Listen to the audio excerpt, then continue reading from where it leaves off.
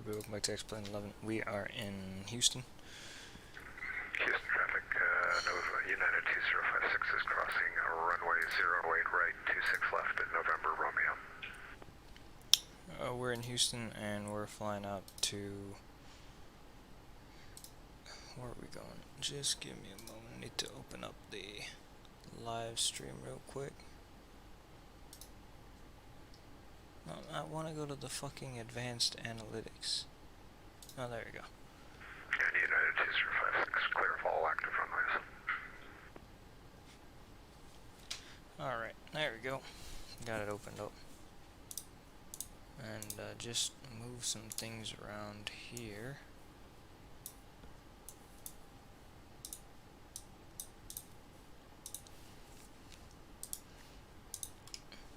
Alright. Oops, mute that. And yeah, we're just about to get started here. We're in Houston, Bush, and we're flying the United Starline 737-800 to Roatan in Honduras.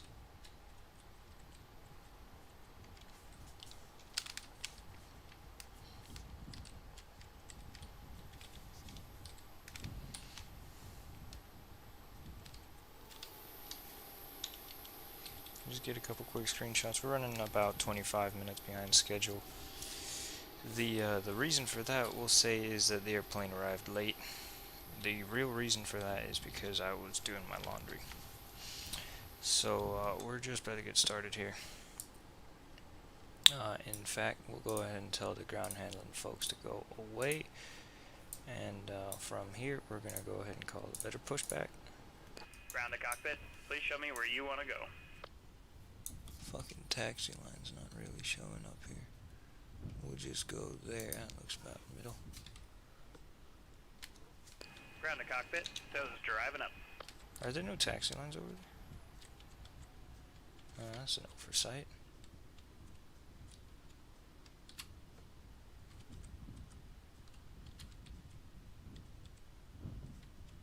Or do they just consider it a ramp area and you can just push however the hell you want?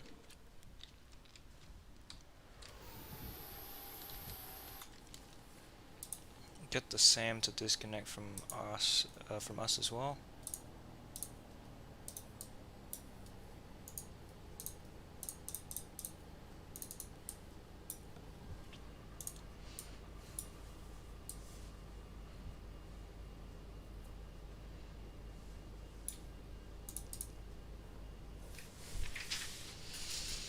All doors and hatches are closed, ready to connect.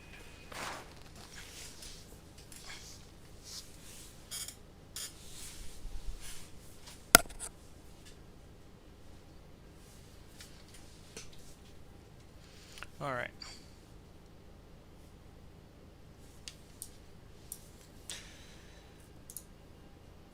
Look at the Houston Bush airport chart out. Just a moment. Airport info. Tow connected, bypass bin inserted, release parking brake. What the hell kind of taxi did they do out of here? Starting pushback, you may start your engines. I gotta figure this one out. I assume that the real life guy already at least pushed. Yeah, he did. From the same gate, I think. Yeah. God damn, they do a weird taxi here at Bush. But that's okay. We'll start with engine number 2 as soon as we get the pack turned off.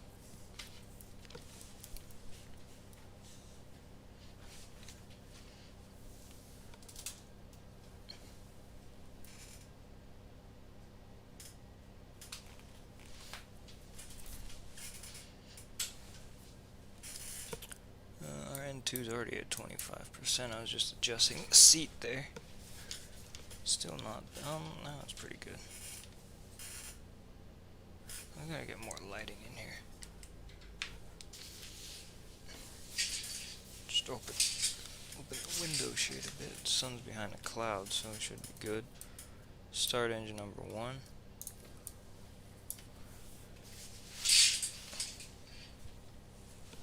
got a bit more light. Fucking rudder pedals are really jammed into a tiny little space.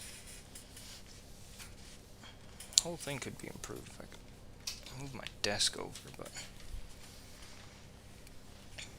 it is what it is.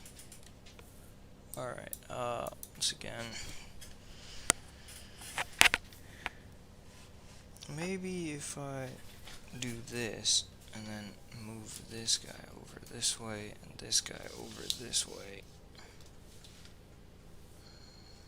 adjust it. There we go. That should be good enough now.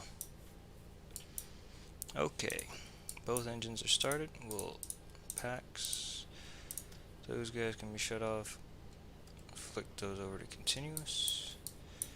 Switch on the transponder. Operation complete. Set parking brake. This is the payware scenery for Houston, by the way. Disconnecting tow. I haven't Stand by. actually checked the plan for the route. I've been pretty busy today. Wait, hold up. Calls for an immediate left turn.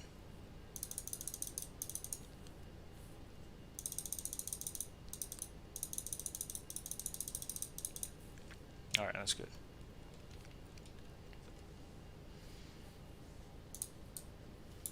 Flight control checks full left, full right, full left, full right. Aileron's good, full up, full down, full up, full down. Rudder's good. Or, excuse me, the elevators are good. Full left, full right, full left, full right. Rudder is good now. Tow has been Flaps disconnected. 5. Bypass bin's been removed. Hand signal on the right. See you next time. Have a safe flight. Auto brake RTO. Taxi light.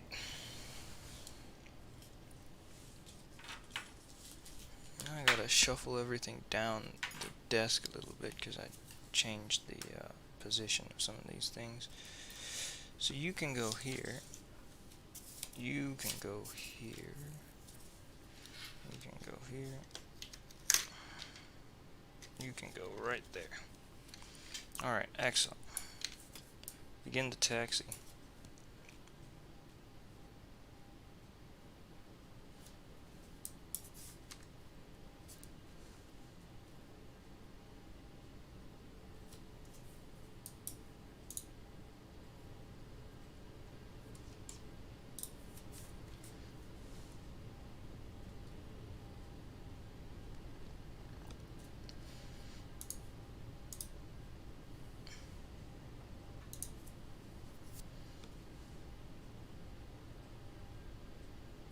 Alright.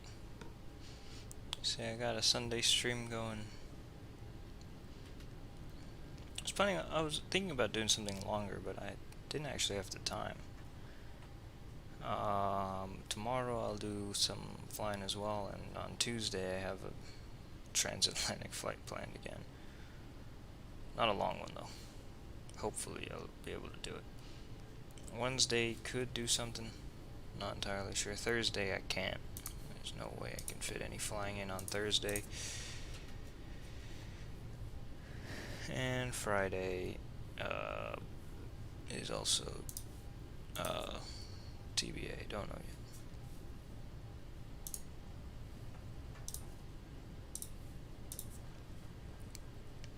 Nice thick taxi line here in Houston, because of course it is.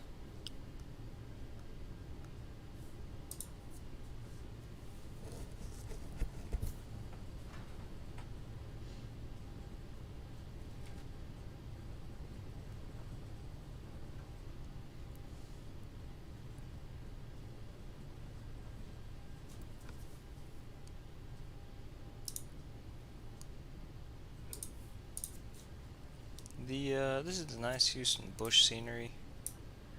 I'm blanking on who made it, but he's I think it's Pearl Sim. I think that's his name. It's not that I don't remember the developer, I just don't remember his name. I think it's Pearl Sim. Something like that though. He made a few sceneries. Hilo comes to mind as one that he made. But it's pretty nice scenery. Better than the other ones that Houston has. It's pretty new as well, so this is the first time I'm using it on the stream at least. We are flying in real time, just about 30 minutes behind schedule. Well, 25 minutes behind schedule.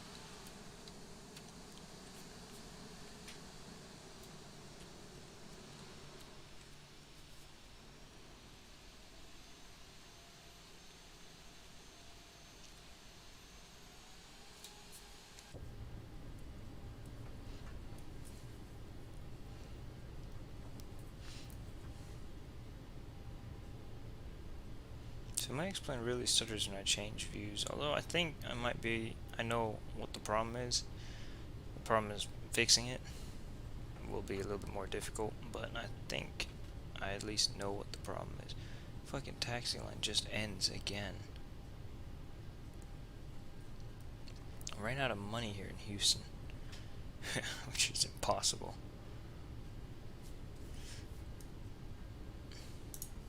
Ran out of money to paint some Houston bus traffic, reliable 412, taxiing runway 26 left from the Delta gates via November Bravo, November Papa for Houston bus.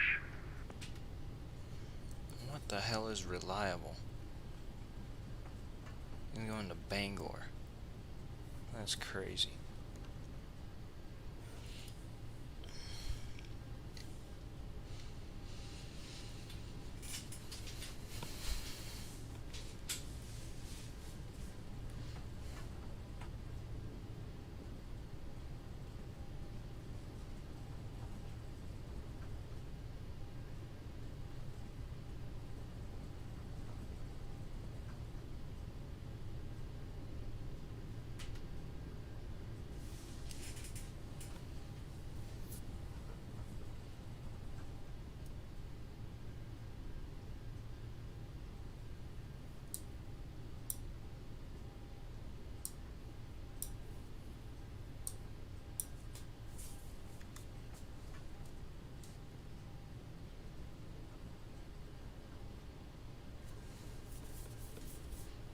Alright.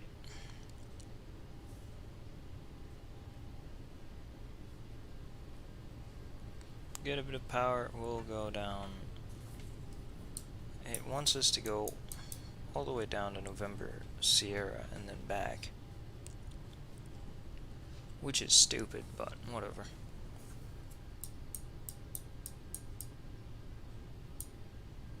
What the hell is this taxiway? It doesn't say anything. Whiskey Papa? It's too complicated, this one. It's too complicated.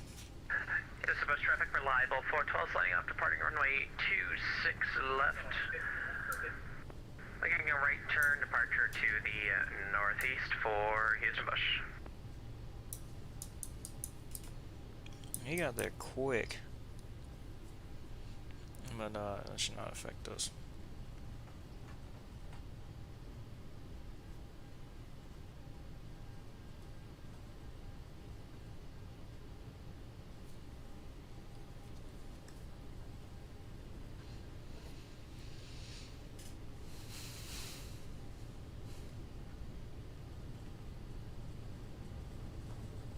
Again, the damn taxi line just ends.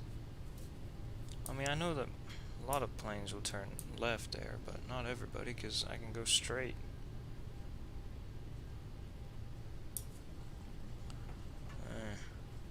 Maybe scenery could be a bit better. Maybe there's an update I gotta check.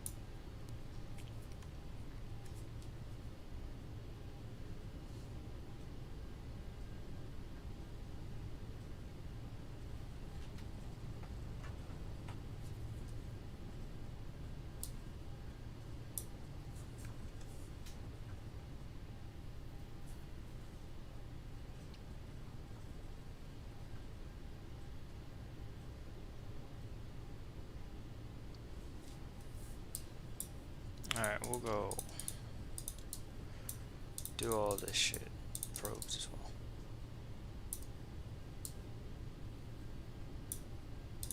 don't actually need the taxi light on anymore. There we go. Get all of our lights on that we need for takeoff. None of that guy's in Approaching the air. 15 left. There's really nobody that we need to communicate with.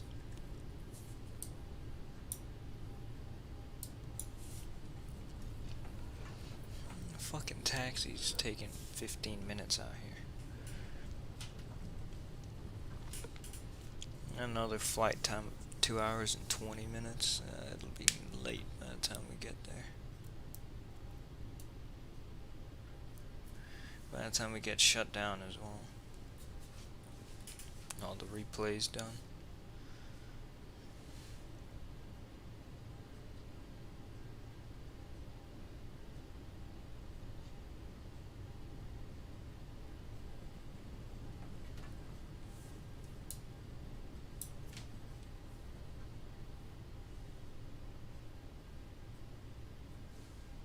Houston bus traffic, we're level 412 coming through 3000, clear runway 26 left. Locate departure, final departure to the northwest. Final call, Houston Bush. Approaching 15 right. He's going to the east. Not west, but whatever.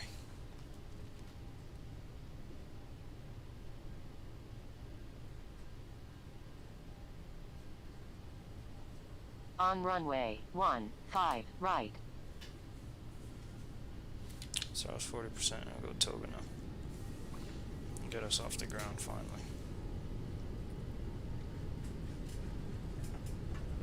Airspeed's alive. 80 knots. Cross check.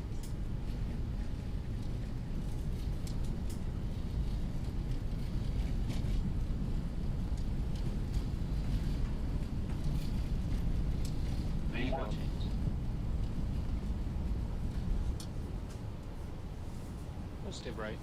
Gear up. Gear up.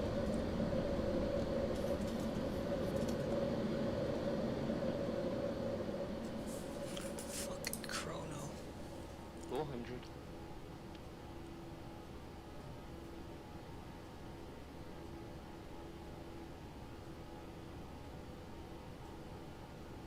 $1,000.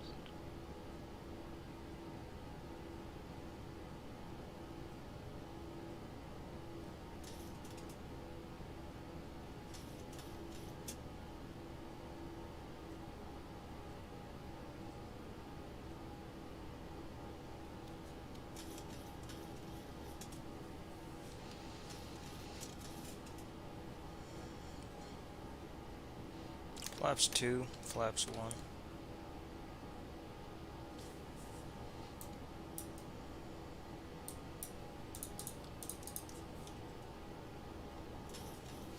Flaps 0.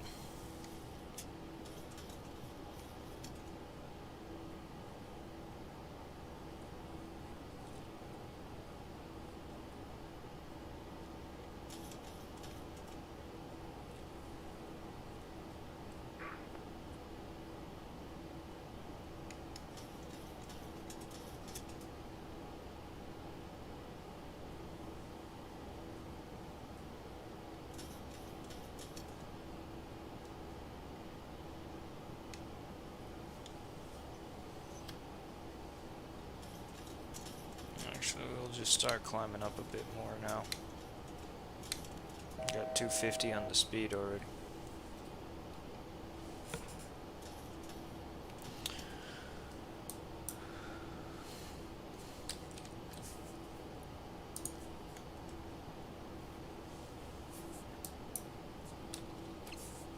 Restrictions.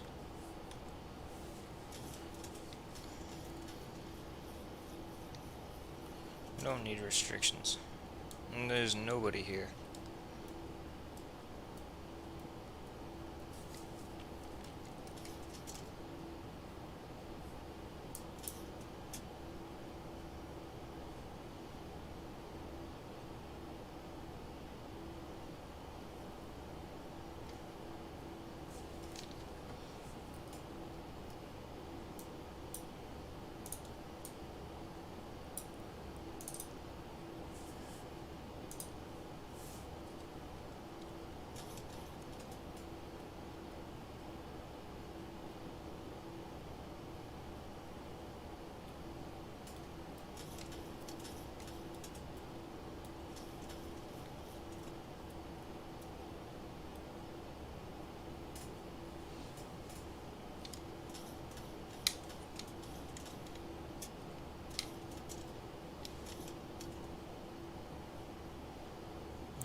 2,500 feet now.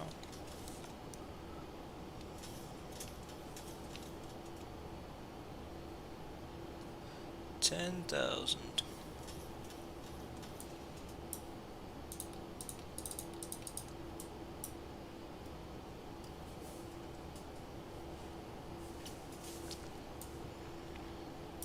For some reason, American Airlines, or airlines from America, really don't turn off the seatbelt. Sometimes they do. I don't understand it myself, but whatever. I'll leave it on. I say this every time as well. I don't understand it. Stupid. That's what it is.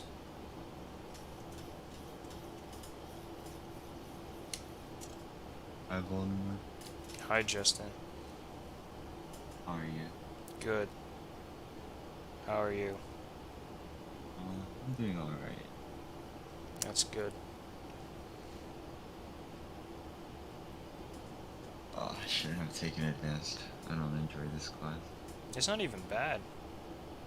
It's not bad, it's just like annoying to do the work. I have the work still. I don't need it. Good. It's stupid. You got a pretty OP class though, don't you? Huh? You got a pretty OP class though, don't you? As in the people in your class. Yeah. I have, yes, I have William and David in my class. Yeah. Yeah. How are your classes going? Good. I know everything already, so it's fine. Really? Like, what are y'all doing? Calculus, and then Python, and Pythons? essentially what Digi was. Essentially that whole class. Okay. Are you doing electrical engineering or comp Yeah, sci? electrical. Okay, cool.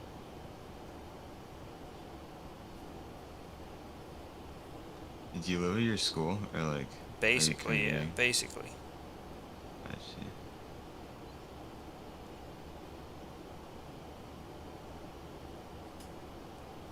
I need to do college applications. I don't really feel like it. Man, it's stupid. It's not Yeah. worth your time. Not worth my time. So true. What college did you go to? You don't know that? No. Ask one of the 80 million people in your Digi class. Or not Digi, advanced class, I mean. Yeah. But like, I just ask you. Yeah. Nah, just ask one of them. I know. I'm sure David and William know, but Ashley will know for sure.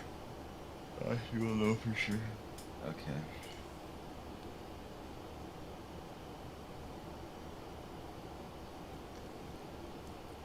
I bought more licorice. Like, Really? ordered off of Amazon. You Yeah. ordered it off of Amazon. That's Uh-huh. funny. It wasn't bad. Was it, how much does it, how expensive was it? Pretty expensive. It was like $15 per bag. Yeah, I'm not surprised. Yeah. Very unfortunate.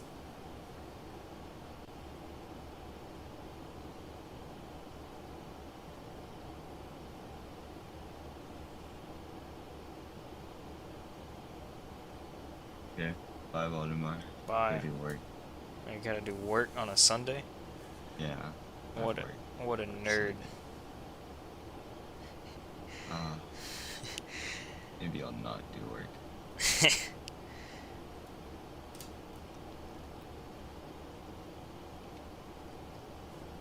Have fun though with your maybe doing work. My maybe doing work. Yeah. Yeah, I will. Bye. Bye.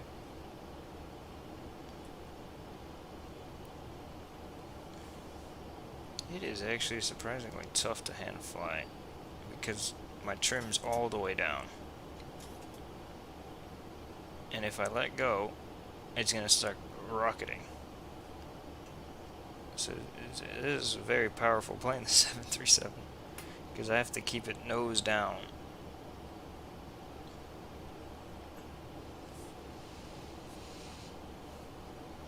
In order to avoid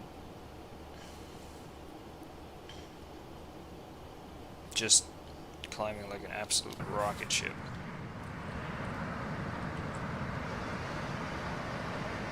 What are we over? Galveston area? Something? Around Galveston?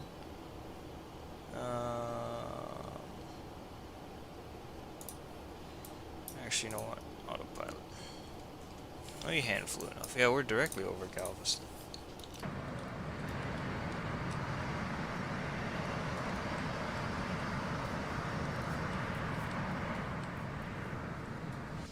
And we're on our way down to Roatan, Honduras. What is the estimated flight time from here? 2 hours. Exactly, on the dot. Okay, we're using pounds, by the way, for once. For fuel and all of our weight measurements, so.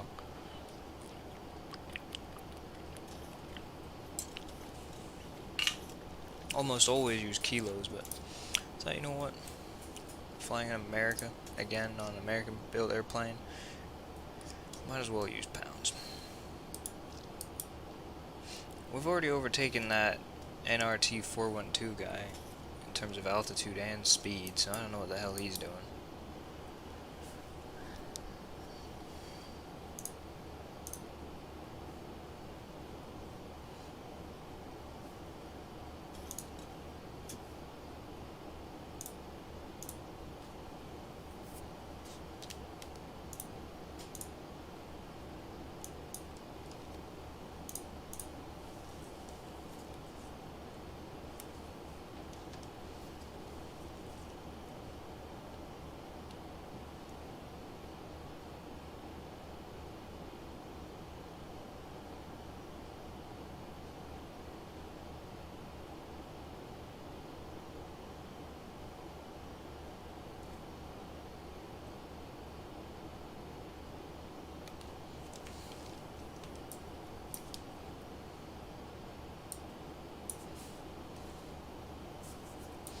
We can get rid of that.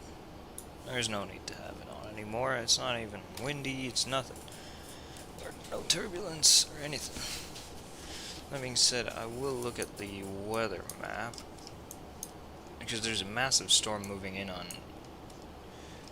well, in the Louisiana, Arkansas area. That being said, there does not appear to be too much.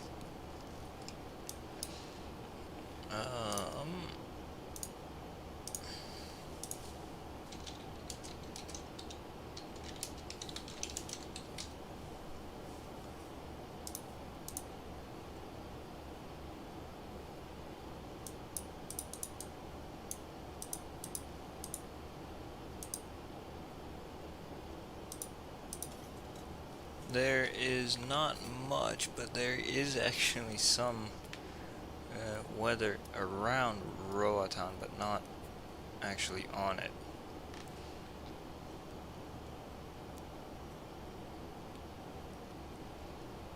Sort of between Belize and Roatan.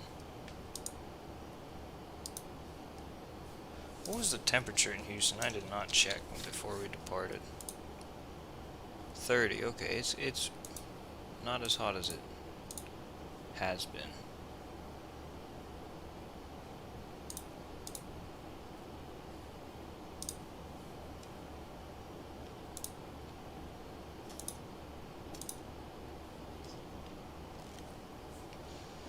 It is fucking hot in here.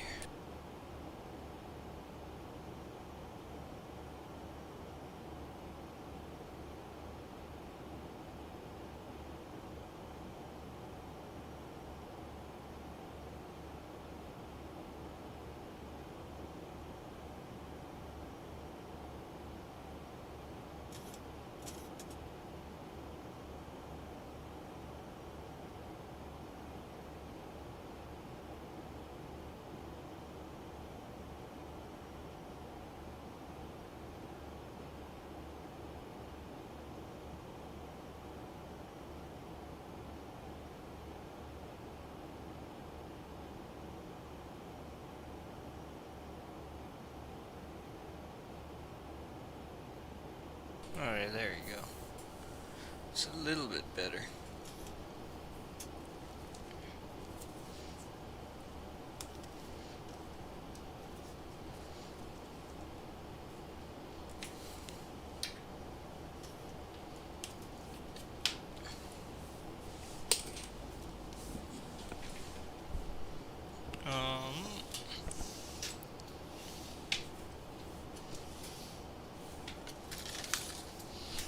find the tablet of greatness, or whatever the hell I called it last time.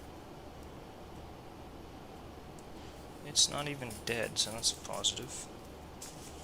We might need that later, so we'll go ahead and start charging it up.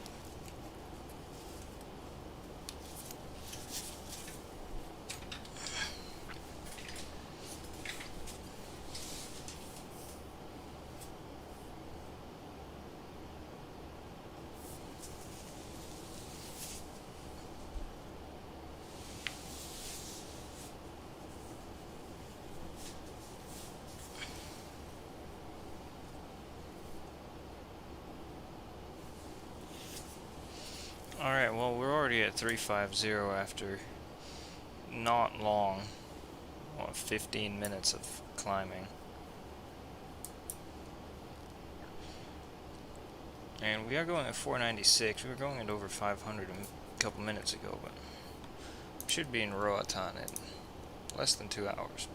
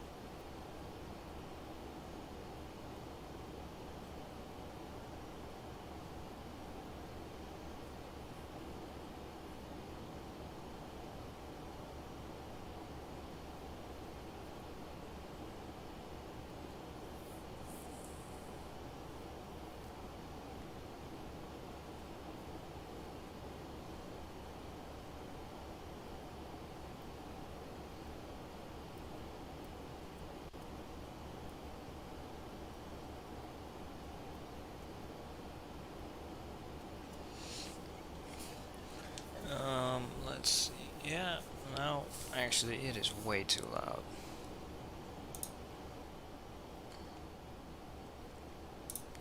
There we go. I'll post the sim screenshots now, actually. I forgot to post them the other day. When did I do that flight? Yesterday was Saturday, so I did it on Friday.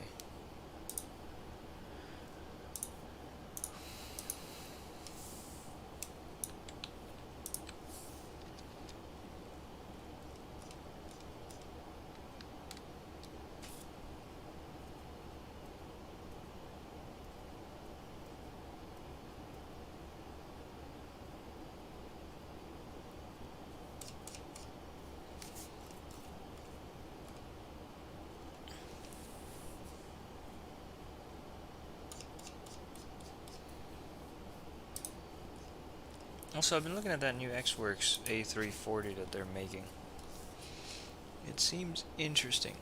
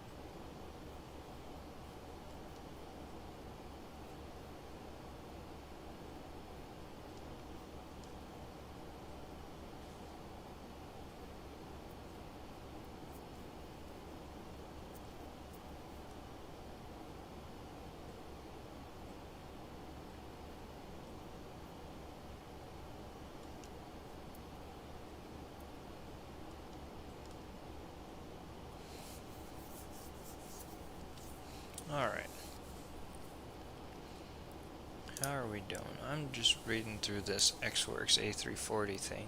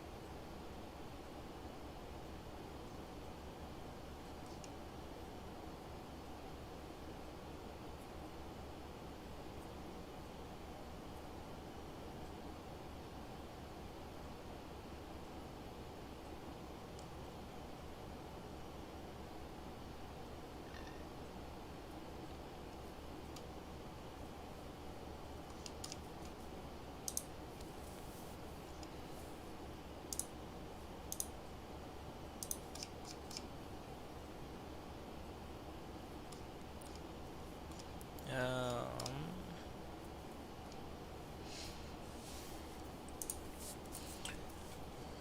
350, still flying beautifully. No problems at all, no weather, nothing at all.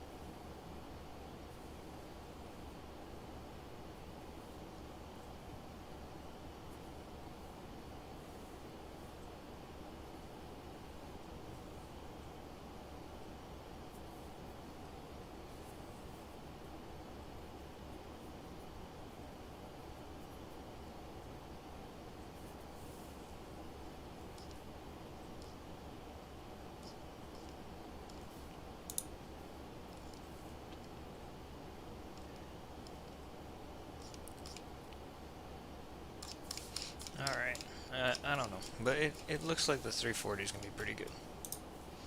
Could do some Lufthansa flying or something.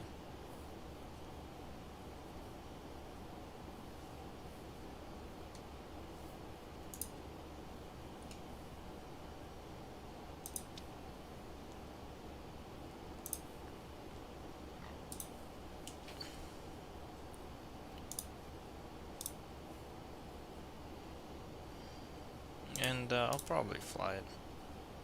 Same with the 330. I'll fly them more often.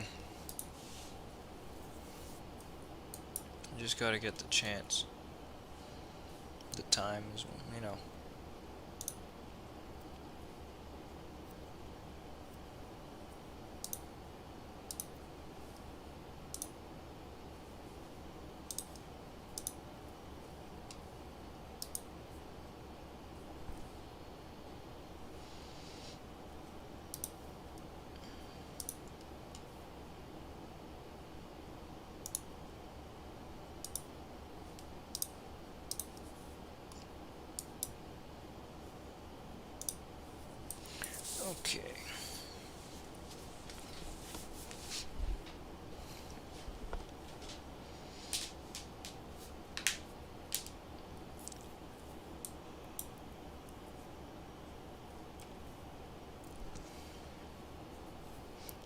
43 minutes to go.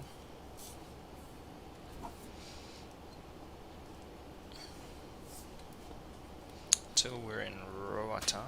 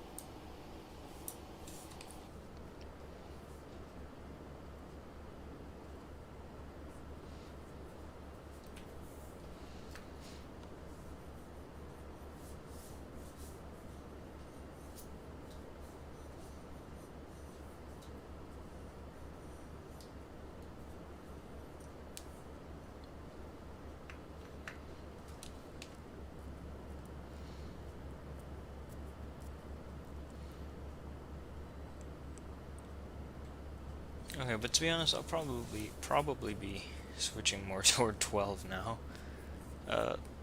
11 is still really good though. I mean, there's really no reason to switch other than 12 is newer. But not just yet. But slowly. Really slowly. Start flying. First, if there's two planes or two sceneries that both have a 12 version that's at least as good as the 11 version or about as good, then I'll do that flight in 12, and then, you know, slowly work from there. But we'll see. The only aircraft that I have for 12 that don't work in 11, I think, are the 330s and the CRJ, the 1000. I think everything else should work in both. Then there's a few sceneries that only work in 12, but that's different. And these stupid bastards still haven't updated their thing to 12 because they're idiots. And I hate them.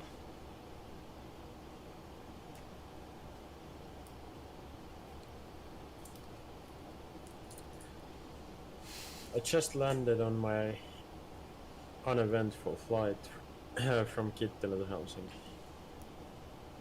Was there With snow the in Kittilä? 737. No, It melted? I think it could be a weather engine issue, because I heard some rumors that there should be snow. Well, Perhaps. I saw some pictures that there were snow, so. But it's been warm since then, so it Yeah, might I have don't know. melted. Because it was 20 degrees here.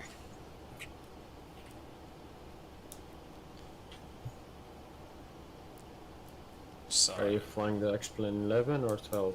11. 11. So how is X-Plane 12? It's pretty good. It's pretty good, but some of the sceneries haven't been updated for 12. So I was just saying, if both sceneries that I'm flying from to and from have the scenery for 12, then I'll fly in 12. But otherwise, I'll still fly in 11 probably. Gotcha.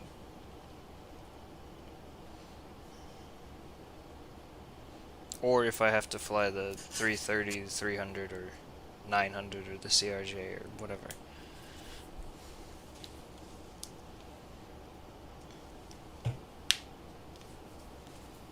Yeah, I'm kind of jealous that you guys have like the A350 and A321 and A319. It's been like 2 years and we don't have any of those.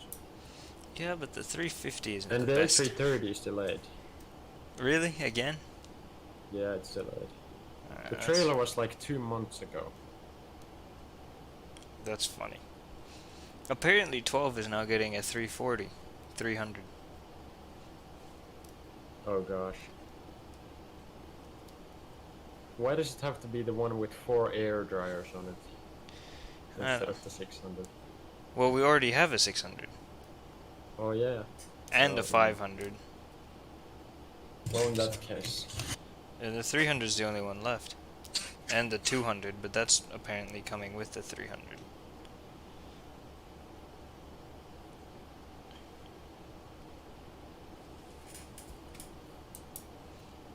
Isn't there some stupid A340 8000 that some sheikh ordered?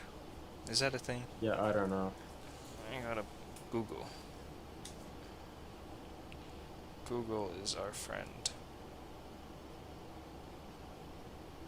Yeah, but it's an iconic aircraft nowadays since there won't be any more 4-engined aircraft from Airbus. It's going to be very unlikely. Yeah, that's true.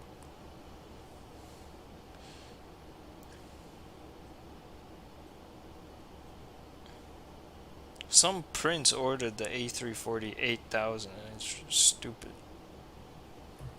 So Yeah, well, waste. they are stupid. You know, fucking IQ 80. What do you expect?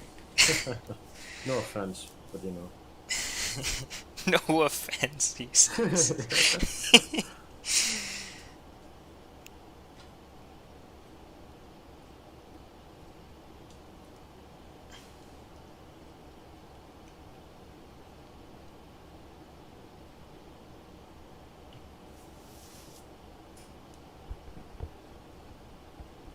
Yeah, no one's watching right now.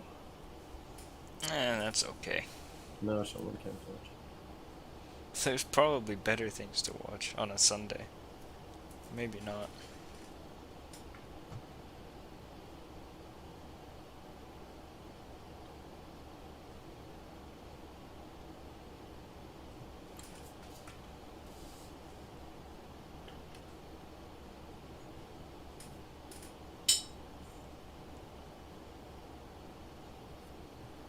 Are you in Roatan right now? Of Yeah, course you are. of course.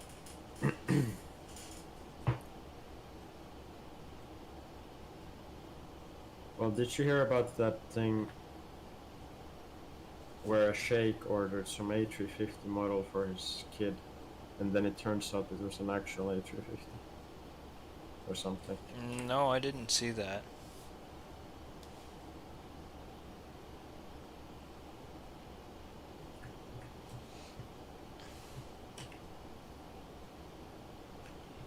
I hate sheikhs. They're the worst.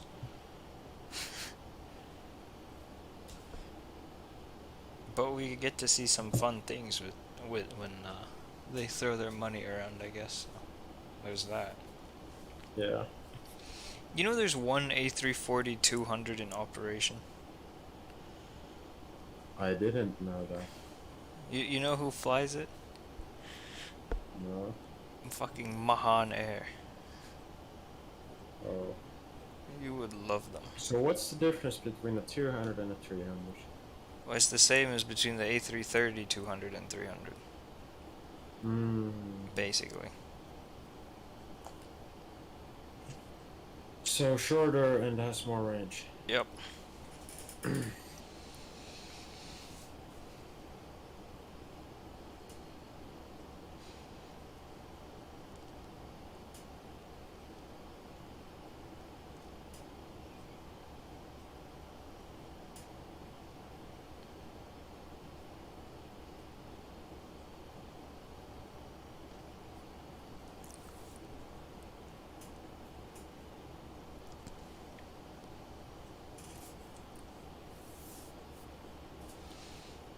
Alright, turn off the center tank.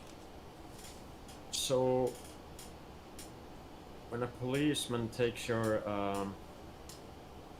driver's license away, it's called, basically, you know, you can call it or say that, you know, your driver's license has been terminated. Is that the correct term for that? I think so, or suspended. Suspended. Suspended. Yeah. Okay.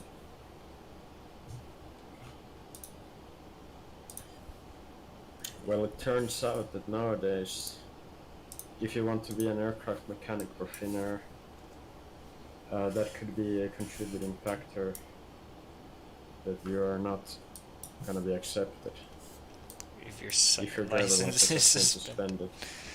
Yeah, But what if you don't have a driver's license? well then it's no big deal. See? Basically, the reason they have it is because they think it shows that a person is not willing to follow rules and regulations or something. I don't know, man. It's stupid. It's stupid. It's really stupid. To be a mechanic? Yeah, you know, on the technical side. Finnier technique. They're crazy people. Finnier technician. Finnair Technic. Yes.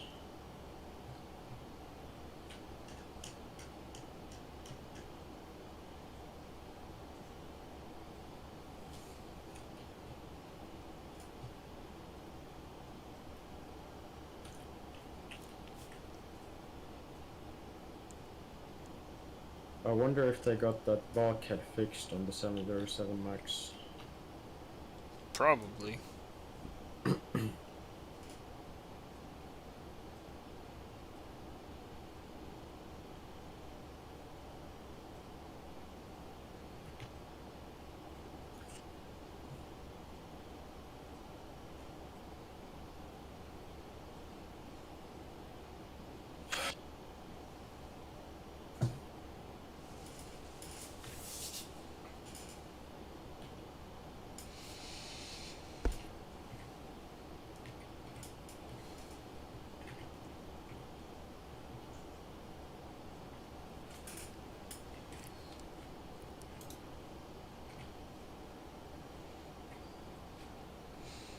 You know the NHL is starting soon again?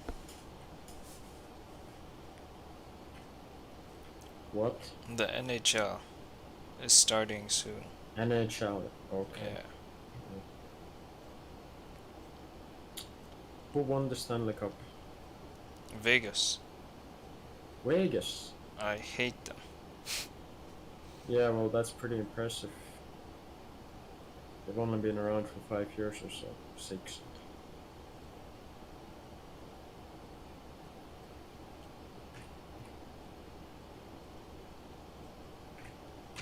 Yeah, that was their 5th year. The owner said we will win before, or we will win within the first 5 years. So before the team happened, I don't know. I hate them. That's it.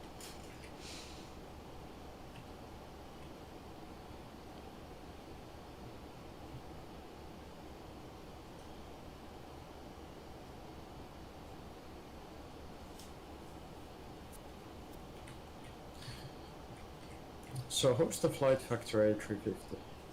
What type of problems does it have? It has the flight model's off, the fuel consumption is off, the wings start flapping like a bird sometimes. It crashes the sim easily.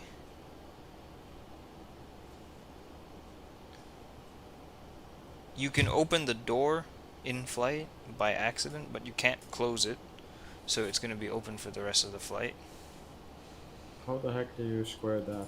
I don't know. Well, you know Aditya, he opened it in flight by accident. He pressed the button. He meant to, because it's on the EFB, he meant to just click the EFB to go to a different page, but he accidentally clicked the door open button. I see. Or something like that. And he couldn't close it anymore.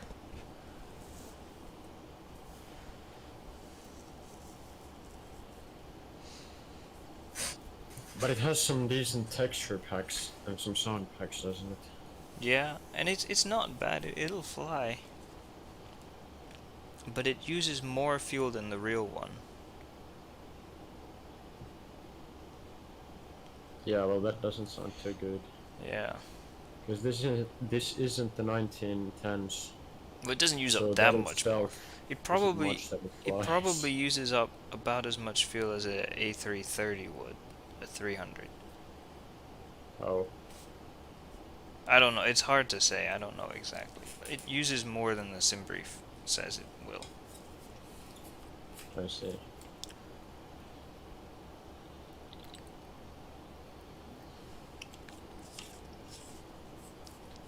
And then the jar design is the opposite. It uses way less. Maybe if you Yeah, flip well, the I fuel heard that thing is consumption, unflyable. it is. Or at least it was. That's a lie. I mean, I remember you saying that it was stable and It's something. it has its own technique. You know, it's not accurate, but it's flyable. And the systems are very good, but the flight model isn't very good.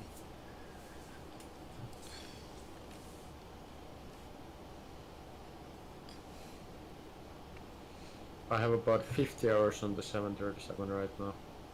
Yeah.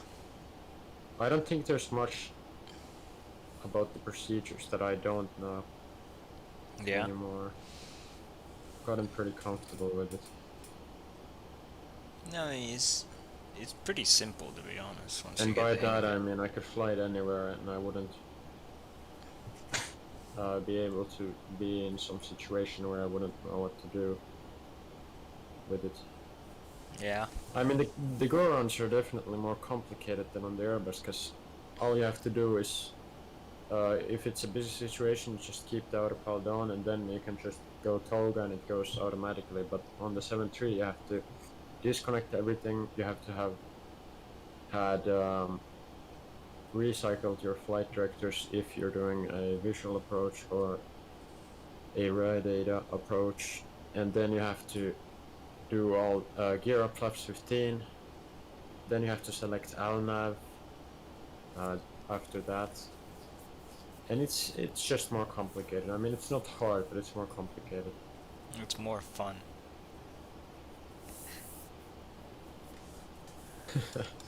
Well, it's more fun a hand flying, I'll tell you that, but you know, not in a go around. I hand flew this plane all the way up to 20,000 feet today. Nice.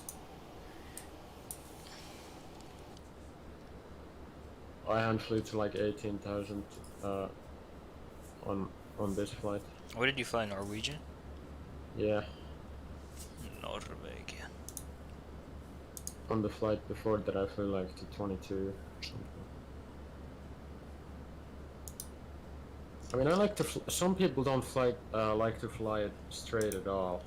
They just go autopilot on immediately, and there's no turns. But I personally like both of them, kinda. You know, because you know, driving a car can be an enjoyment, even though if you're not making turns all the time. You know what I mean? Yeah. Yeah. But it's But you know, there's no point when you're literally going straight, and the VNet can do a better job managing the climb. yeah. So I like to like trim it that I'm comfortable, and then it's on the flight director, and then after I'm satisfied and had enough enjoyment of it, and then I'll put it on when I see fit. But I've flown it. I've flown like every plane that I have up to the maximum of flight level 285. Especially when I'm new to the airplane, I like to do that. Yeah, it's Or not a bad if there's like some waypoints or turns that you know, that are depends on tight how or much I have. something. Yeah. Yeah, it depends on the SID and what type of waypoints you have and what type of turns you have. And the weather. Yeah. And the airspace busyness, all that. Yeah.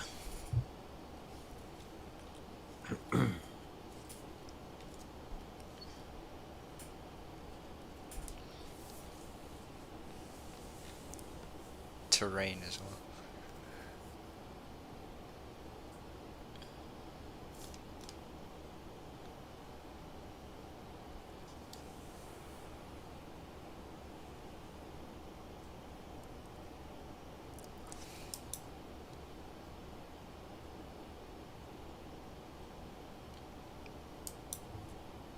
You know, one of the most beautiful airports with the most fun would be Summedon Airport in Switzerland. Switzerland.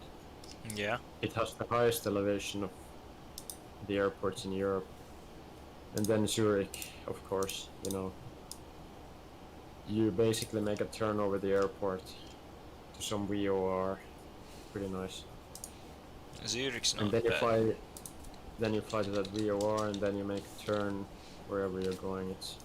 It's a nice departure. I've never done it, but I've seen you do it and some ERL stuff, so looks pretty cool. And the reason for that is that I don't have a good scenery for it. Oh yeah. But the reason for that tight turn is because they don't want the planes going to Germany. For some reason. The Germans aren't happy with the flying or the airport. I don't know. They're stupid. It's the Swiss because they're so rich. They don't want them flying over. Yeah.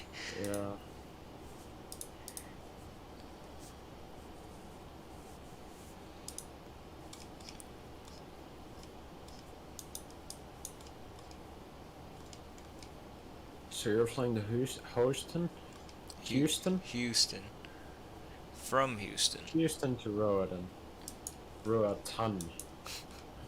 I mean, how am I supposed to know how that's pronounced? Roatan. It's the same as in Finnish. You just, you know. Roatan. Yeah. Basically, you just sound out the thing and then you get it pretty well. Or pretty close.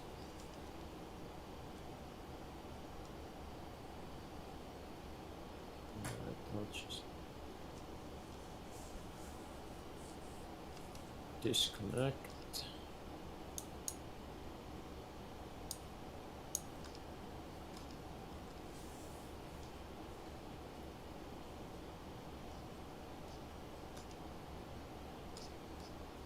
You know what's my favorite aircraft manufacturer? What? I would probably say Dassault Falcon, because you know, they started making business jets and they took some technologies of the fighter jets into them, and they are just so nice and futuristic. They also made the most unsuccessful commercial plane ever. Yeah, that's one. You know, their business jets like the Falcon 7X, 8X, 6X, and the 10X, they are absolutely unbelievable. Yeah, they seem like pretty good. I know this because my dad's old colleague and friend flies the 7X at the same company he was before in the jet flight, at jet flight. And they've been flying some pretty interesting routes, like they've flown to Antarctica, they've basically flown it in every continent, with stops, of course. I mean, it can fly like for 15 hours non-stop.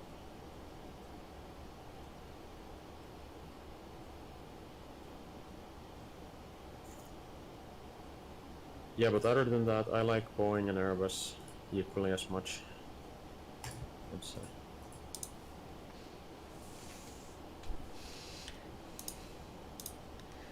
They both have their advantages and disadvantages.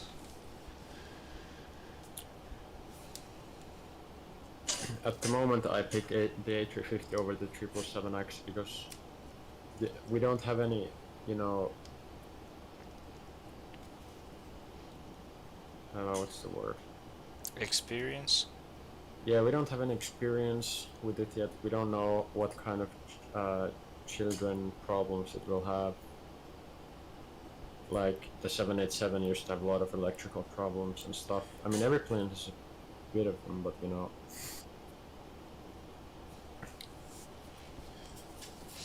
Every plane's gonna have some teething problems. Yeah, but let's just hope it's not gonna be at the 737 MAX level when it comes out. I mean, it's unlikely. I think they learned their lesson. That's why it's probably taking so long too.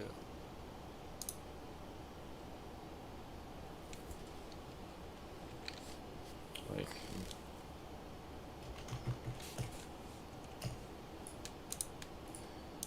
I mean, if you're in the corporate industry, corporate side of the industry, then you're basically responsible by yourself in obtaining different type ratings. Because if you are working for some middle hand company that basically employs you for the guy who has his own jet, if he decides to sell that jet he has, he's not gonna take you with him, because you know it's gonna cost him up to like 80,000 to get it's gonna cost him at least 80,000 to get all those 4 pilots type rated in the new plane, so it's much easier for him to just dump them old ones and get new ones instead. Yeah. And then you're without a job for who knows how long. Could be 6 months, could be a year, depending on if you have connections. Could be 5 days.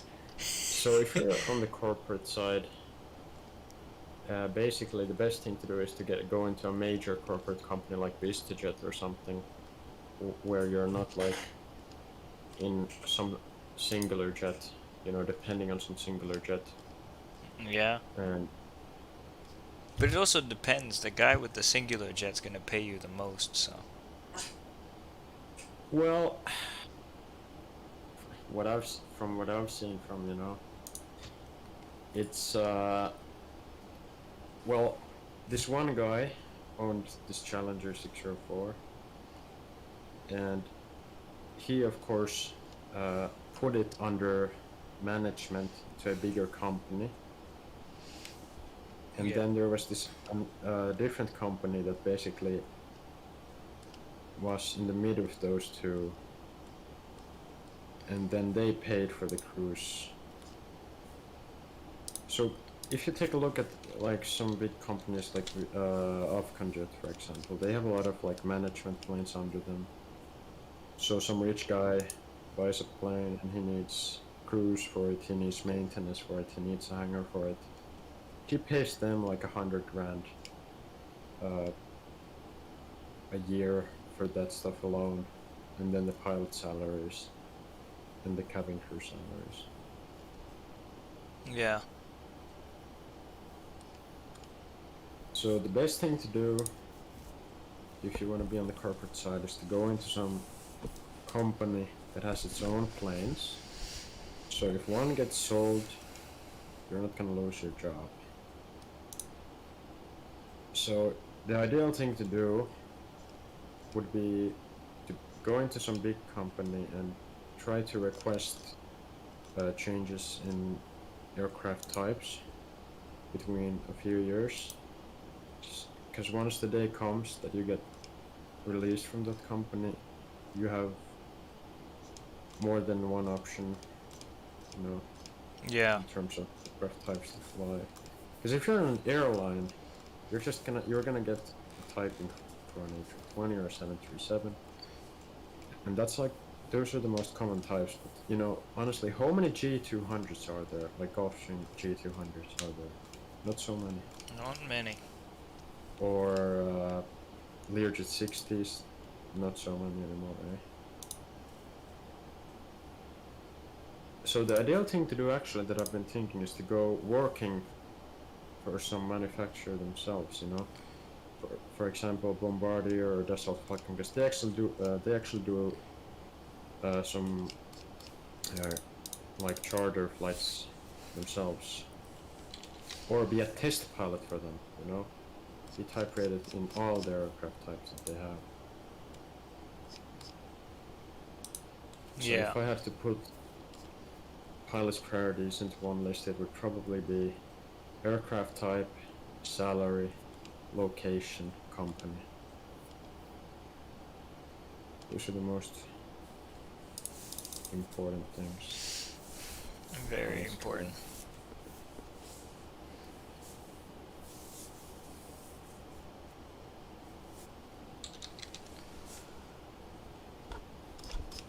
Yeah, my dad is starting his type rating and stuff next month. He's currently doing self-study of the manuals, the systems and stuff. Not the manuals. Yeah, the manuals. He's going through them. There's like 1,600 pages of some stuff. ranging from exterior to interior to systems to some other stuff. And yeah, then he's gonna be going to Riga to do some, I think it was called like ground training, like theory and stuff, and then he's gonna go into the simulator and a couple. It's gonna take 2.5 months. Yeah, it's gonna take a while.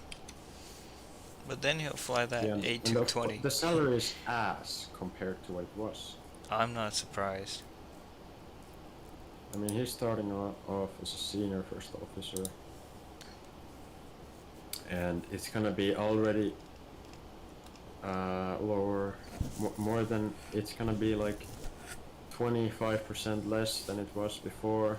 Well, it's not actually. I in thought it would previous be even. company. I thought it would be even less. And then after 3 months, he's gonna be upgraded, because he's on the senior fast track command line, or whatever it was called, I don't remember. Oh yeah, senior first officer fast command track. Yeah, that was the position he got into. Because Air Baltic is not getting any direct entry captains. And the requirement for that was a certain amount of hours with certain plane types that exceed some specific weight category and have FS and FMS and something else. Oh yeah, and I think they wanted like 2,500 hours in the specific size jets.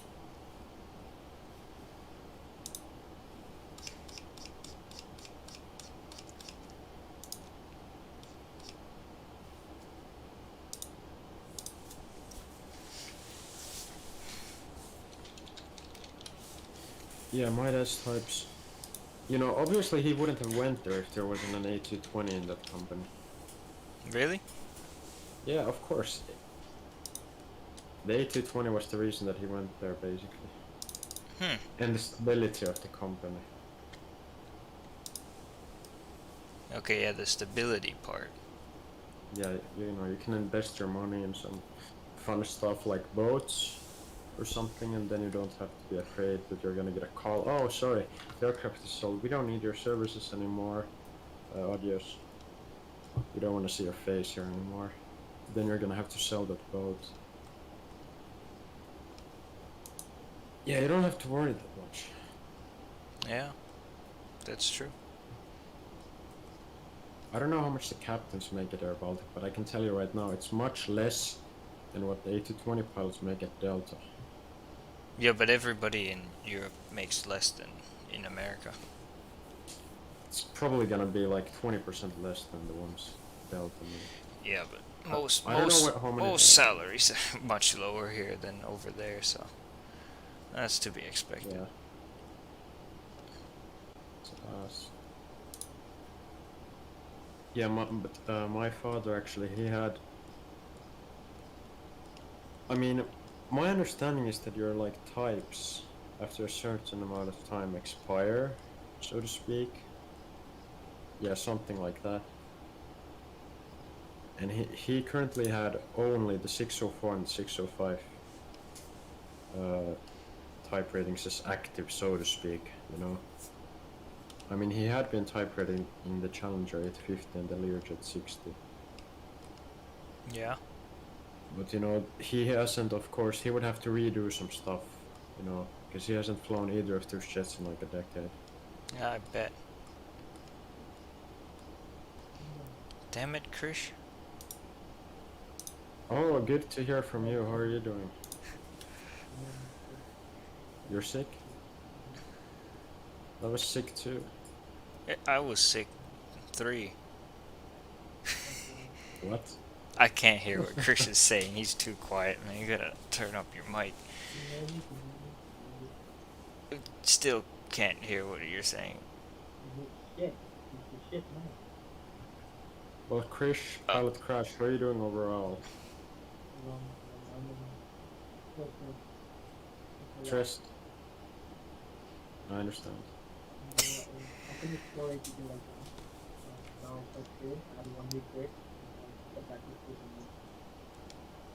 Yeah. So within the next month or two, I'll finish 2.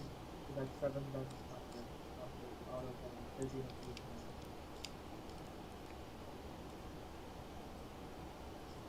So how are they like training you guys? Are they like training you on the 737 Max first? No, that's gonna be later. I still have a lot Oh of time yeah, to do that. but you do you like know? 'Cause- Like when I do my type rating in 16 to 18 months, like when I finish my ATS NCC, that will be in Alpha, which will be in Ireland, which is the last strength of it. Yeah. And then after that, I will do my interview for Ireland. Since I'm a Ireland cadet, I get fast tracking program. And I will give it up for a spot on the type rating. Yeah. But from what I remember, there was a lot of companies like a decade ago that had some classics. So what they did with the new first officers was to train them first on the NG and then on the CL. Yeah, So- oh, he does want that.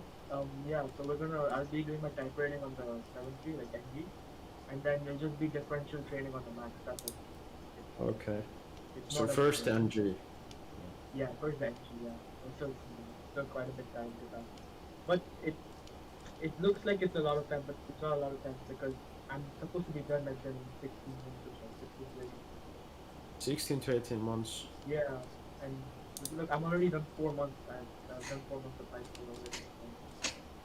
Oh yeah, time flies. So, and I went on freaking lot 4-ish, 737, I just came back yesterday. Well, I'm probably gonna be more late than you are, you know. No, I mean, I everyone... still have 2 years of high school left, and then I have, or actually I could do it in 1.5, depending on my speed. And then I have to go to the mandatory military service, which ranges from 6 months to a year. That's gonna slow me down. But it's okay, everyone takes their own time. You know, I would like to be driving a nice car before I'm like 50 or something. Like, I would probably buy a nicer car when I'm in my I late don't even have my 20s. driving license. I'll probably fly 7 3 before getting my driving license. I'm not even lying because like I could do it right now, but I don't have time to do like driving classes right now. My thing's too intense, like the integrated training. Yeah, driving cars is so easy, you know, especially an automatic It is. car. Yeah. I've been I can driving drive my it. I just don't have a father's. license. I just don't have a license. I've been driving my father's A5 on these private roads near to a summer cottage or vacation home, whatever you want to call it. And it's so easy. What about everyone else? What about Gavin? Is he dead? Hmm? Ah, he's alive. No, I'm you know what I'm trying to do? You know, do you remember Lardo one time sent that one thing where it had the historic routes finder thing, app, something like that? I'm trying to find it. Oh, I found it, I think. What for? I haven't even like tried to so long. Like I have my whole setup and everything here, but I just barely get to talk about it. Oh, but I have a thing to tell you guys. If you played Yeah. X-Play for so many years, like how we all have, and you go to flight school, oh, it's gonna be more of a breeze for you than Is it? It's a lot easier? It's a lot easier, man. I'm telling you. So we did instruments, for example, instrumentation, which we learn all about instruments and small like things. I aced it. I didn't even read the book because of how much flight simulator, you know. Yeah, so it has a benefit. Good to know. It does. You know, other subjects, you will understand it quite. And not only that, like, if you watch like Mentor Pilot and stuff like that, if you put the time in to actually go yourself and learn as much as you can, it's gonna be a breeze for you. Dude. Like you're basically like the shit, you know. Alright, I have a question for you. What is the estimate in terms of percentage how much you know Instruments of the stuff? Overall, like the stuff that you've covered so far in flight school. So you have Oh. okay. Look, I told you I did 4 subjects so far. I did okay, but not everything would help you like from flight simulator. We have one subject, for example, principles of flight. It's one of the hardest CPTL subjects. I did it in the beginning, and this one is fucking it literally is. It's all to do with like aerodynamics and shit like that, with a bunch of calculations and formulas and that. So that that what is the subject? It's really tough, and it's a lot of people fail it first time. I luckily passed. I got 81%. The minimum is 75, right? 75, yeah, 75. I survived, but my exam was not 90. You know, you have to study from question bank, right? And either you can get lucky or not. So I see. for instrumentation, I got 93. For I could have done way better. I wanted 90 plus, literally all of them. I studied that much. And then for like EGK, aircraft general knowledge, even that's another topic that would be easy for you. Only some chapters in that would be tough, like to learn turbine engines and stuff like that in detail. And then what else? HP, human performance. That one is just it's it's situational awareness, how the fluid works in the ear, blah blah blah blah blah blah. Yep. Learning But about trust me, situational awareness must be the worst thing on earth. bro, that entire subject, human performance is boring shit. It's literally boring. Well, how many guys have failed so far or quit? Um, oh, so we were supposed to do 4 exams, and in my class, only me and my friend have done all. The rest haven't even they weren't even ready enough to do 4 exams. So now they're gonna be backlogged. So, Yeah, and now I think we go back to school tomorrow, and I'll have airlock, ops, and one other topic after that. Yeah. So hopefully I pass everything and I finish my details next month. April, and then we just start the flying, complete flying after that. PPL flying in 1-2 months, and then just jump into multi engine. I see. But it's so cool. And look, even in my school, we have a 737 sim and A320 sim, like fixed days. And they were on P3D. They don't even run on X-Plane. And I tried it for the first time. Like, I let everyone in my class go first. I tried it in the end. It's literally like you're doing the flight factor in real life. Of course, it's my first time touching all these levers and everything. But it's the same thing. It's completely the same. I like how they use P3D. Yeah, only for the big planes and everything. But for the other ones that we actually need to train on, like the multi-engine and everything, like for tech exams, we have X-Plane on that. Oh, and that's another addition for me because I know how X-Plane works. So. Good. I like how Virus arrived. Regarding P3D, you know, a lot of their products are being discontinued. I believe PMDG said, you know, that due to the V6 update, it's gonna be a complicated one to get it functioning in the V6, so they decided to discontinue the 737 for the P3D. Is X-Plane well worth it? I think so. Very what?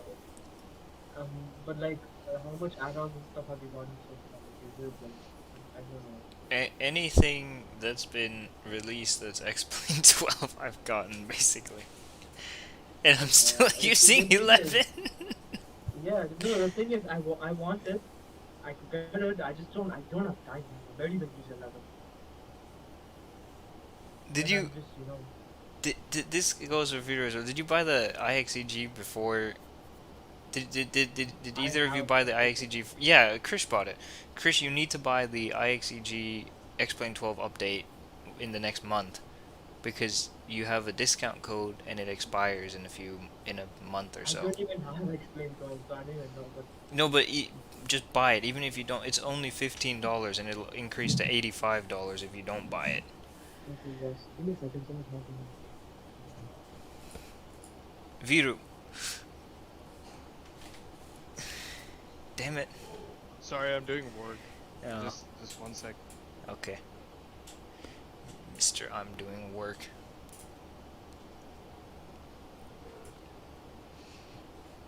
The fucking ATC logged on, by the way. Central America Control. Why?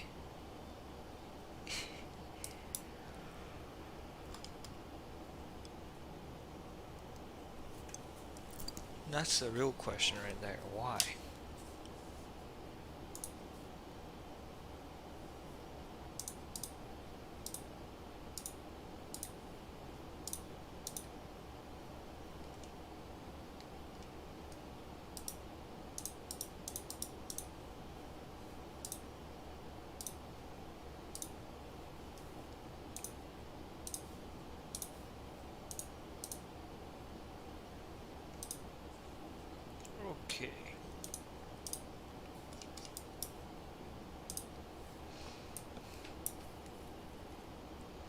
Apparently we're going to be landing in 58 minutes.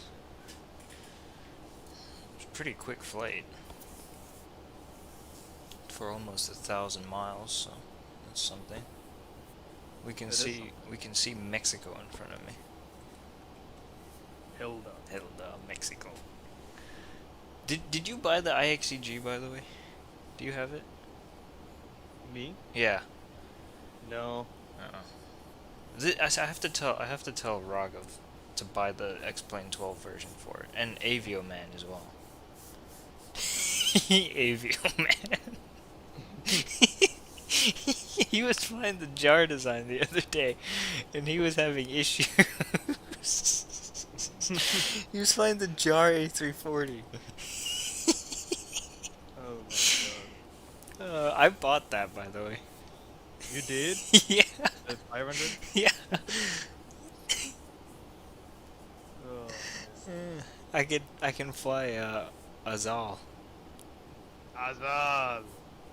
You know what else? I can fly Thai. Oh yes, you can. BKK LAX. Well, I was gonna do JFK, but yeah, LAX too. That's true. You can do JFK too. Did you watch the race? No, it was too early. It was too early. Come on, it's Suzuka. I know, but it's too early. I watched every other one. I mean, Singapore was great. Suzuka. Mie Prefecture. Hell. Perez did a Perez, and what else happened? Max won by a mile, and the McLarens were the fastest cars in F1 and not F0.5. Well, I don't know what else to call. Perez needs to be sent to China. To the Guangdong Tigers. No, I just don't know why Perez has been so shit. It's not the car. He qualified pretty. What did he qualify? 7th? No, he was 5th. Okay, not bad for his standards.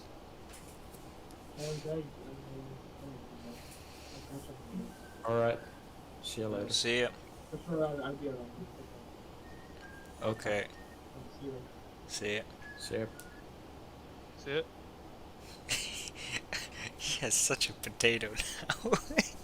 I can't understand a word he's saying. But that's okay. He seems to be in a tight room. Yeah. I mean, that's all Ryanair can afford, right? Yeah.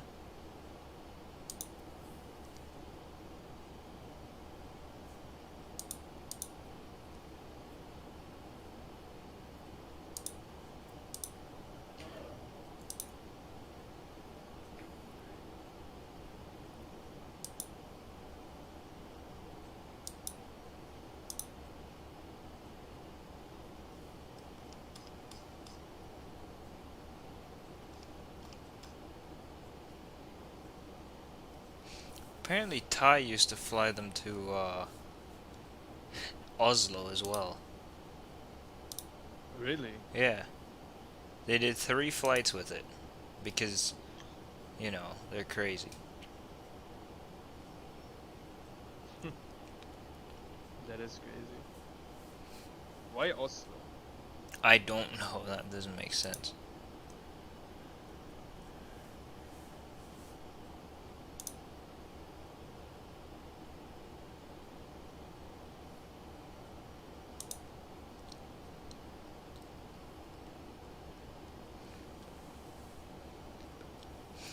Okay, Bangkok to JFK departs at 1740 UTC, which is 8:40 for me.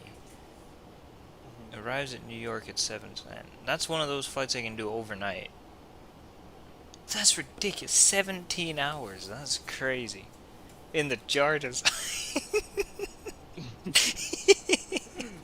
Just think about that. 17 hours of the jar design. That's too much right there. I'm doing that one day. That's way too much. I'm doing that one day. There's fucking 17 hours in the jar design. Yeah. If you fly like more than 10 hours in Microsoft, there's already a higher risk that it's gonna crash. Yeah, but the jar There's design. there's no good autosave function either. The jar design is never gonna crash your sim. It's incredible. Well, I mean, I wonder how the Airsoft 330 is gonna be in that. I know that people meme about jar design, and I know people say that, but the genuine thing is, it never crashes your sim, never.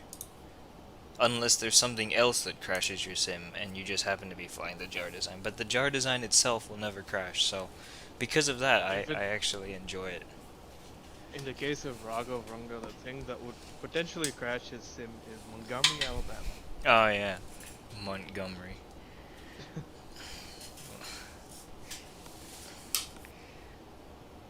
Did you see how what was that? Mercedes tried to do what Science did in Singapore. Yeah. They weren't very smart. But George Russell is stupid. That's the issue. I hate that guy. Alex Albon for the win. Alex. He's so much better than that guy. Yeah. Imagine if Alex got a Mercedes. That would be crazy. Well, I forgot fucking Tam used to fly these too. Oh yeah. Yes. Bro, you have some good routes over there. Apparently they only flew it from Guarulhos to Malpensa.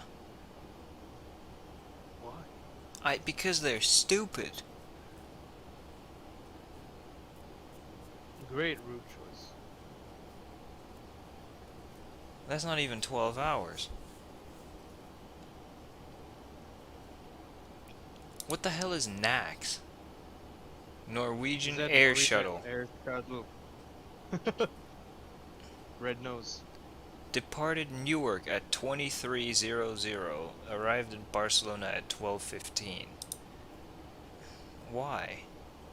Departed Oakland at 8 p.m. I hate these Oh. guys. Where does it exist? I don't know. Apparently, according to these guys, Azal only flew the A340 to JFK, which is not true. But I don't think Azal actually scheduled any other flights with the A340. They just sort of put the plane on that route if they feel like it. Yeah. Typical Azal, right?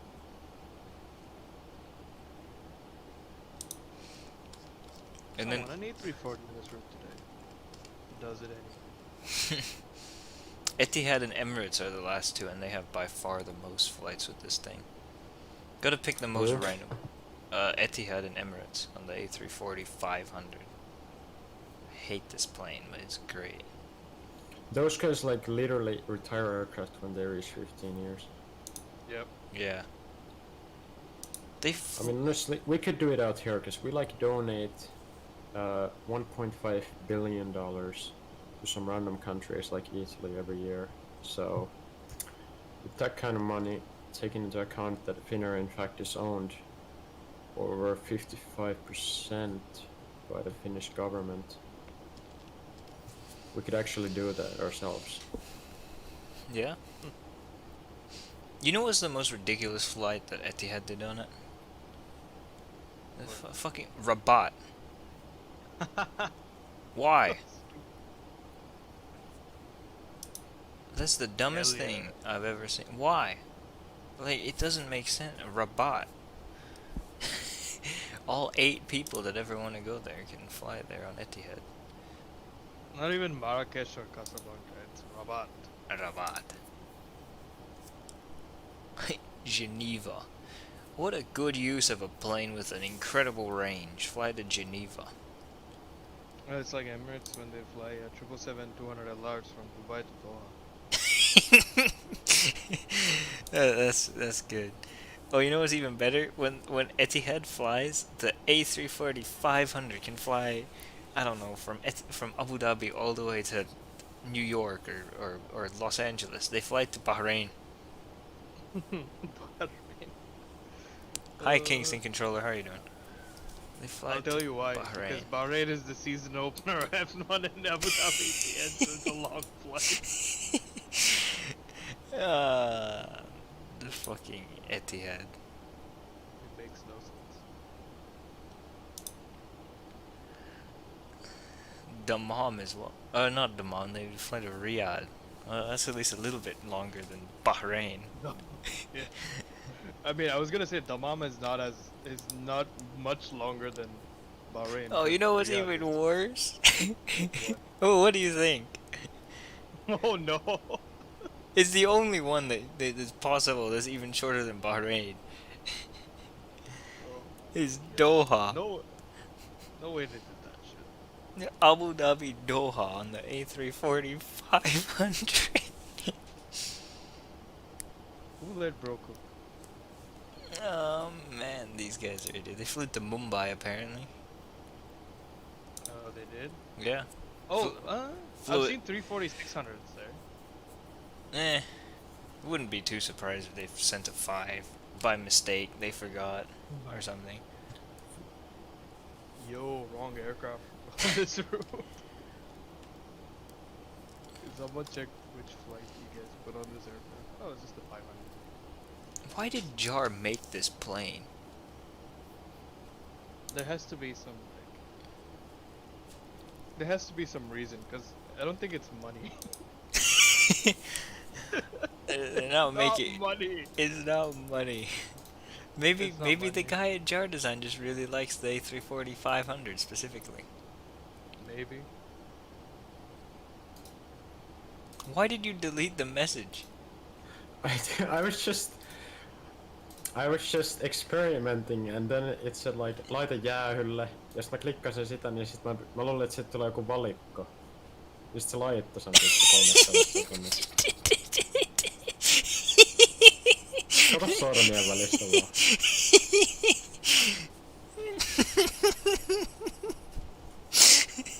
That's funny.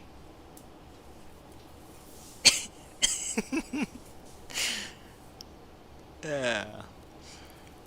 The best flight, Emirates flew the A340-500 from Sydney to Christchurch.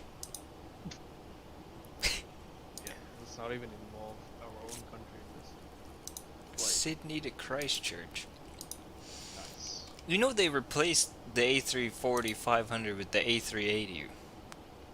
Yeah. Why?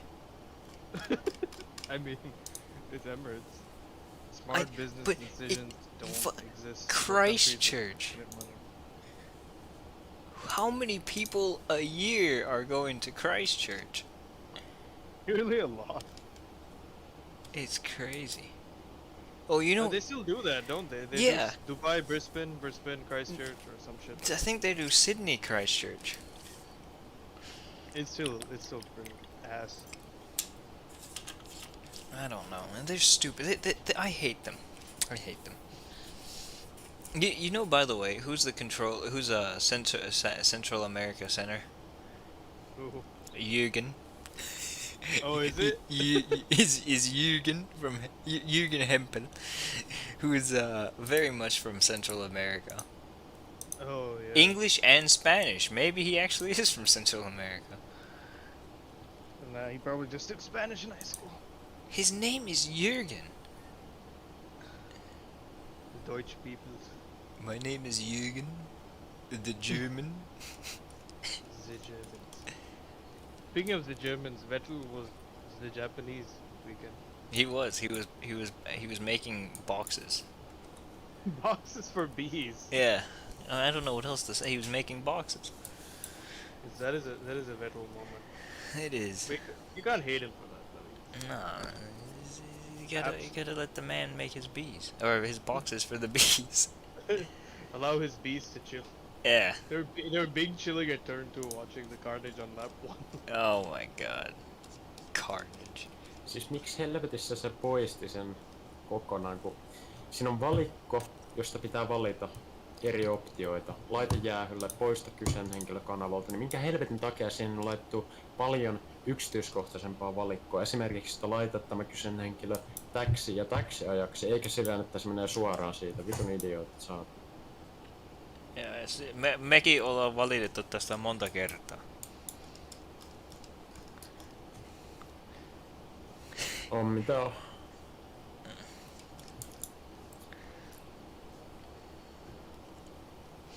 I hate this. I hate YouTube. Mä tiedän. Yeah, I hate Uncle Roger. Uncle Roger. Is it halal? Is spicy barbecue pork halal? Yes. Yes. So stupid. That's so good. I'm gonna do the before entering the ATC checklist. One moment. Nice.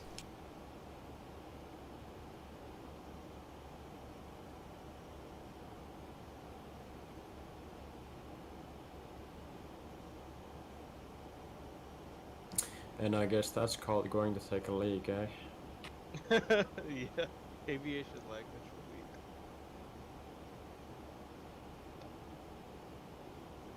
Are you also flying with him?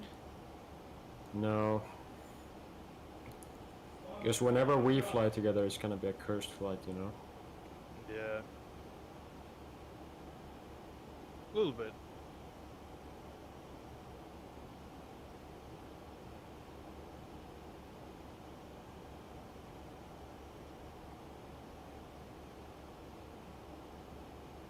Yeah, we've had all sorts of issues, flight control issues, database issues, repilot issues, aircraft bugs, delays of over 3 hours. What else? Yeah, that's about it. And we've only done like 2 flights together. No, 3. 2 completed flights. Yeah, I guess so. 2 or 3. Dang.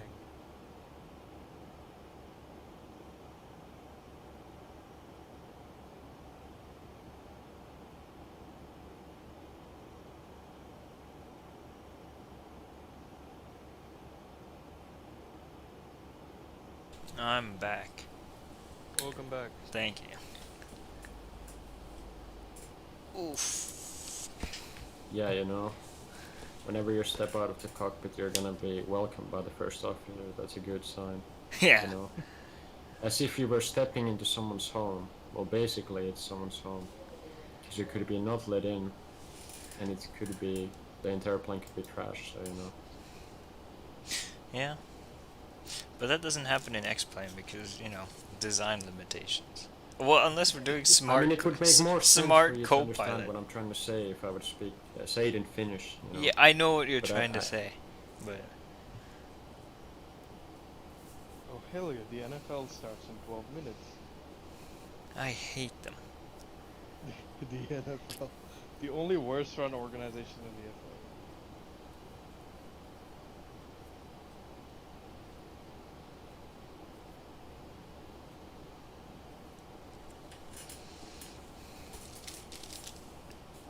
What is this guy's frequency? 135.5.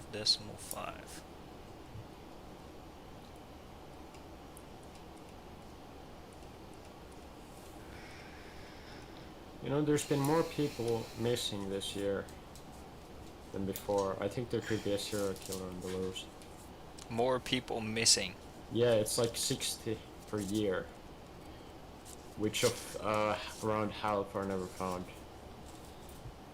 No, it's less. 60 people go missing every year, but more than half of them are found within 24 hours, you know, or some of them disappear deliberately, and then there are these rare cases where they go into the wilderness, get lost, die of hunger, etc. But the more recent case, which is known by every Finn now, is this 16-year-old kid is in a bar with fake IDs, and he gets into a fight with a police officer that's not on duty, so an off-duty police officer, which he knew from before because he was a troubled kid. He used a lot of drugs and some other illegal substances.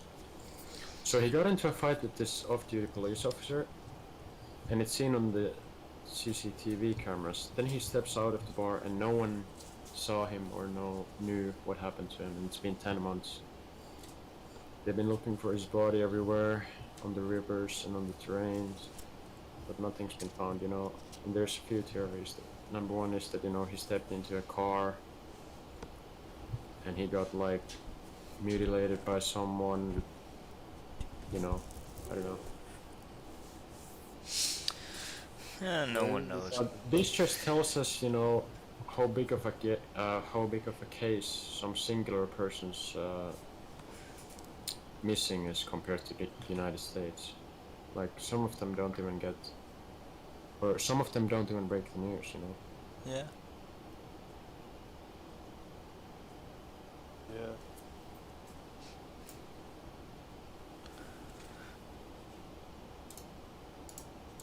I mean, you're like every.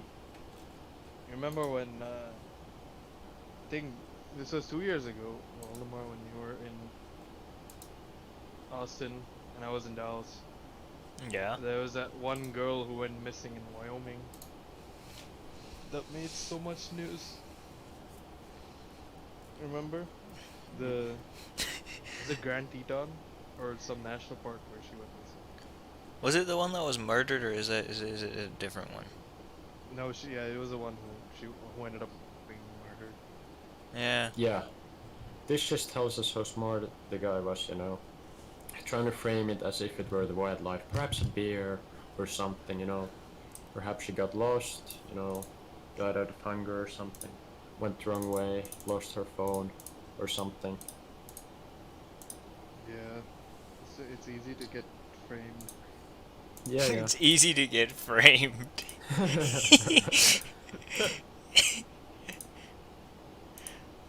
Yeah, but you don't need a lot of brain cells to think of, you know, what someone would do in a situation like the guy who went missing 10 months ago. You basically see a guy who is upset and walking in the cold, and then you're like being polite, offering a ride, and then you're taking him into your place, or actually when he steps into your car, the first thing you're gonna obviously do is to cover up the tracks so there's no like information on the phone that the phone ended up into your location, I mean your home, because then everyone knows it was you. Yeah. So what you're gonna do is he's gonna turn his head, you're gonna knock him out, and then you're going to search his belongings to see if there's any like tracking device on the keys, the phone, and you're gonna destroy them all, put them into a separate plastic bag, and then you're gonna drive to your home, and if the guy is smart enough, it's gonna be at least 30 kilometers away from the site itself. And then he's just gonna drive away and no one knew what happened. It's very elaborate planning. Elaborate planning. Knock the guy out, throw his phone out the window, and drive away. Nah, probably not throw the phone out. Just It's still destroy more it or planning. something. That's still more planning than Ferrari. I've been watching a lot of documentaries, you know, from the FBI and stuff recently. I hate the FBI. Who wouldn't? Ferrari planning. But it's clear that an individual who allegedly kidnapped this individual did something like this. Because there's no information on the phone's location except for that it was near the bar. So it means it got destroyed or something.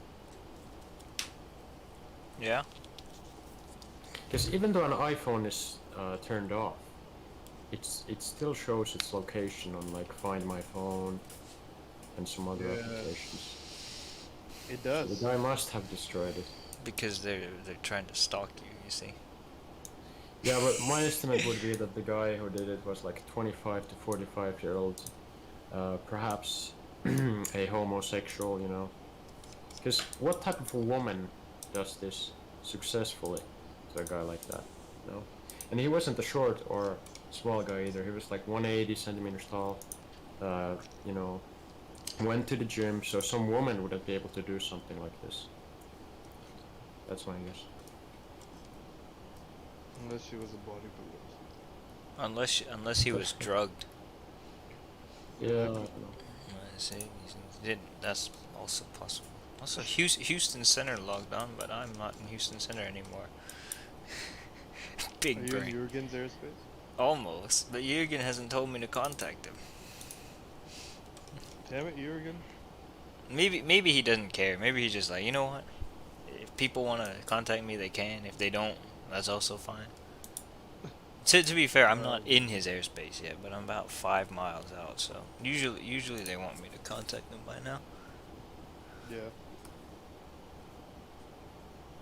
Jurgen. Senamer Center. That's too stupid of a name for me to say. An outmer? Senamer. Like, what does that even mean? Sounds like a logistics partner of an F1 game. Aramco. Aramco. Are these guys... They're an hour behind, right? Who? The people in Honduras. I think so, yeah. Yeah. But you know who's not an hour behind me? Who? Raghav? You, Finland. Oh, yeah. Please Freaking come. 90 minutes. Yeah. And then 135. there's freaking Saint-Pierre and Miquelon. Saint-Pierre and Miquelon. Alright, I gotta contact him now.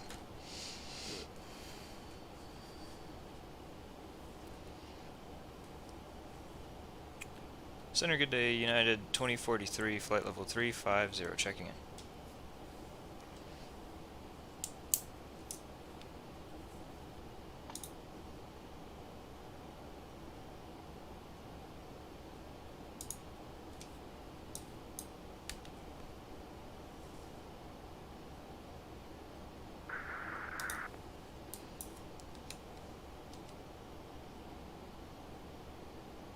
Or not.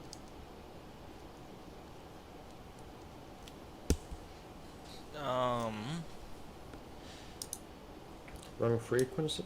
Or No, did he frequency is right. ignore you? Maybe I should repeat. That's unlikely. Hold on.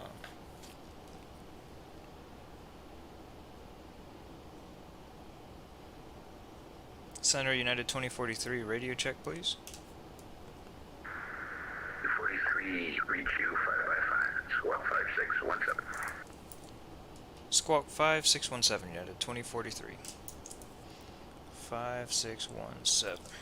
Maybe he forgot to hit his push to talk. When I was flying to Oulu yesterday, there was this one kid flying from Oulu to Helsinki, and apparently the controller was frustrated with him because he didn't use proper calm. Hold on. Contact level 350, welcome aboard. Yeah, go ahead. Or he didn't use like proper phraseology and stuff, so he didn't like answer him for like 10 times until he had like the kid had like asked for some permissions and radio checks, and I just knew he was messing with him. It's kind of funny. Was he but speaking kinda not Finnish? funny. Yeah, he was like, pyytää rullauslupaa tässä ja tässä. Ja sitten se skidi nosti sen ääntä, niinku silleen, että mikkitarkastus, bla bla bla. Ja sit se siltikin ignorasi sen, ja sit se lopulta oli silleen, että kuuluuko, Finnair 7 Alpha Zulu, kuuluuko. Ja sit se ei vieläkään niinku, sanonut silleen, että kuuluu. Mut vasta sitten jonkun 15 kerran jälkeen sit se oli silleen, että Finnair 7 Alpha Zulu, nyt kuuluu, joo, teen noin ja noin, bla bla bla. Nyt kuuluu. Ja silleen yhtäkkiä vittu. Et se penikka oli jo niinku siis syömässä sitä mikkiä, että niinku puhuu sen niin kovaa. Se on niin läppä. Yeah. Hey, I'll go have lunch. I'll see you in a bit. Alright, see you. Okay. Peace. Lunch. I'm only 45 miles from top of descent.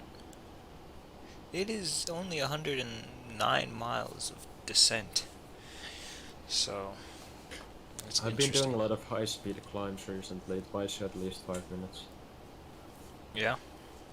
So basically the thing is, if ATC is online, to ask for high speed when you're below flight level 100, and then you can immediately go into your FMS determined climb speed, which is like 280 something knots, usually in 7.3. It buys you at least 5 minutes. I've tested it on 2 occasions. autorizado el descenso 9000 pies, de acuerdo a la llegada a Central American Control. SNP Zulu, Víctor 02, QNH en Guatemala, ahora altímetro 3015. El altímetro 3015, descendimos a 9000. Kingston Controller, what was that about Central American Control? Or is that just their name? Because I don't know, I just call them Sen. It's easy. Puhuuks ne niitten omalla kielellä tuolla? Boho.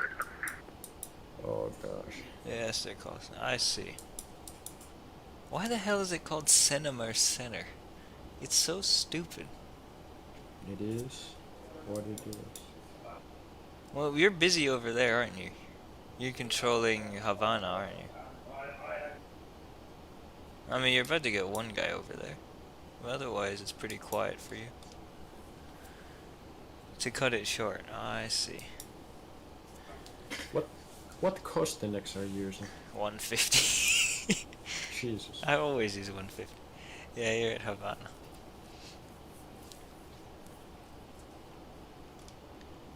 Nice and busy. There it is. I use 15. It's giving me like 0.78 usually. Yeah, in terms but of I go quickly, and I was late. Yeah. But you know. In that case, right. Of course. Of course. I don't care about the company or their money or anything.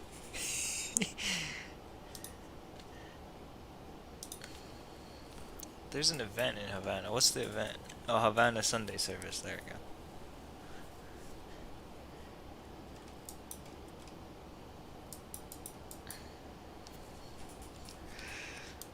Is it just general, or is it something fly from Miami? Or, I mean, most people are probably gonna fly from Miami. CM Copa 1015, al momento 10 millas fuera de iniciar descenso. Y Copa 1015, descenso está a discreción ahora. Servicio radar terminado, dejándome sociedades en noroeste. Monitoreo y único en 1, 2, 8, hasta la vuelta. Cambiamos con único, muchas gracias por el control, hasta la vuelta, Copa 1015. And we gotta get the airplane ready for the descent now. Alright. Minimums are 728. Great number. United 2043, when ready, descend to 5,000 feet. Oh, you have an EFP. Wait. Xavier, 1 Alpha arrival, expect the RMP for runway 07 at Roatan, QNH 1011. RMP 7. When ready, United 2043 is going to descend to 5,000 feet via the Sever 1 Alpha arrival, RMP runway 7 and QNH 1011. Okay. That means.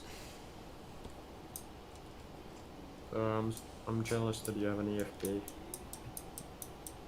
Oh yeah. The PMDG doesn't have one? Nope. Oh, that's crazy. Sever 1 Alpha, 5,000 feet he wants me down to. It basically has all its equipment and system related stuff in the FMC. Ah, I see. FMC. Like if you want some options that are more realistic or something, or disable them, etc. We will use auto brakes 3 because the runway is only 2,000 meters long, 6,800 feet. Actually, yeah, 5,000 feet is selected. 1011, he said. Flaps 3 selected. We'll do flaps 40, 136. Is that the Weira? Yeah. So 141. Yeah. Or plus 5. Or are you putting them more? Where's the winds? No, the winds are... He doesn't have an ATIS, so I'll find them myself. 120 at 4, so we don't need to do anything more than plus 5. Bravo. We should start our descent basically now, is RMP for 7. You can just select descent now from the. I mean, it's starting now already. Anyway, There it is. the one problem with this plane is it always starts it a few seconds too late. So then it has to start catching up already from the beginning.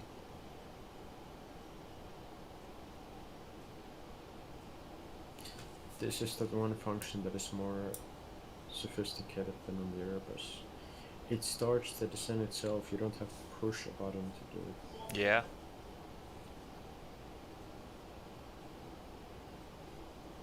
Yeah, that's nice, because you can just set everything up for the descent, and then you can just go do something else, and you don't have to worry about it, and then you can just return when it's 20,000 or something. Yeah. If there's no ATC, of course. Yeah, basically.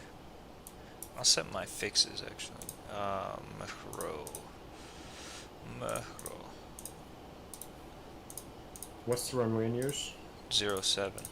Put RV07. Do as I say, kid. No, don't do that. You know what's weird about the 7.3? What?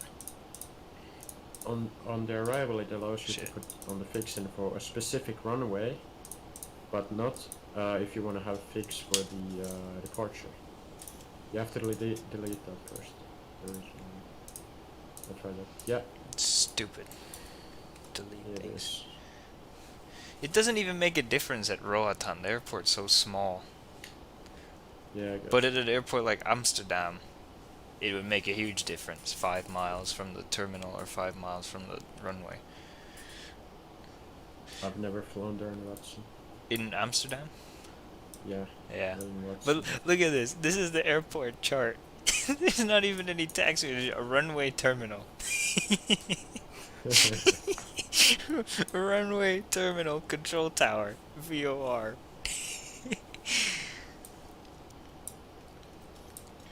Did they like run out of money or something? No, there's just no need for anything. There's like a few flights a week. How come is United flying to this airport if it's so small?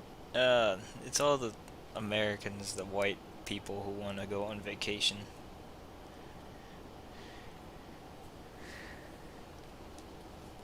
I see. Good evening, center flight level 350, passing to cabin Olympic 3. Olympic 6-3. Isn't it like kind of dangerous going there? Aside from for vacation. Because the Chinese say to themselves, Squawk 5626 Olympic 3. Well, in Honduras it is, but this is an island off of Honduras, so I think it's safer because there should be different people there. Or I don't know. I mean, I know they're over exaggerating stuff a little bit, but you know it's kind of fake when they say they're only going other countries are safe.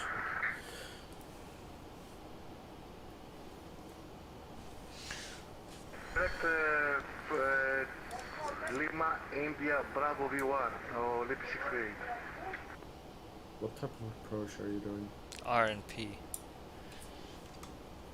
Yeah, that's also more complicated on the 7.3 than on the 320.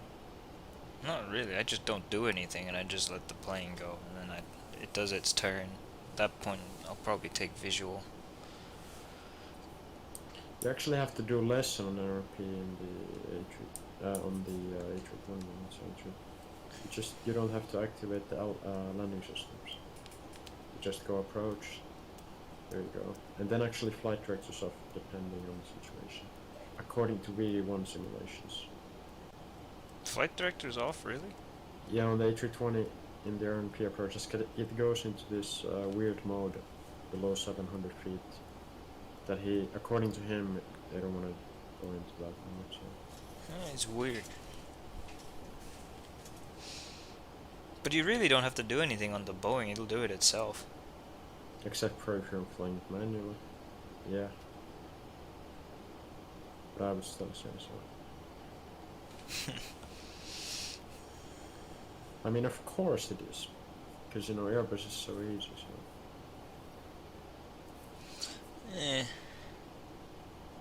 Especially for these guys who don't give a fuck about, you know, fix infos or realistic operations. They just go and put, you know, the SID and star, and then direct from the last point of the star. I mean, the SID to the first point of the star. So Direct from the last. That's their flight plan. They don't even use. They don't even They use don't the even need to flight use- plan. Yeah. Yeah, They that's just funny. put in some random SID in the star. Random altitude. Just fly. Yeah, just let's go. Flaps 2, no spoilers on. Who cares about the lights? Let's just taxi and go. And they are still struggling to start the engines because they don't realize that you need to have APU bleed on to start the engines.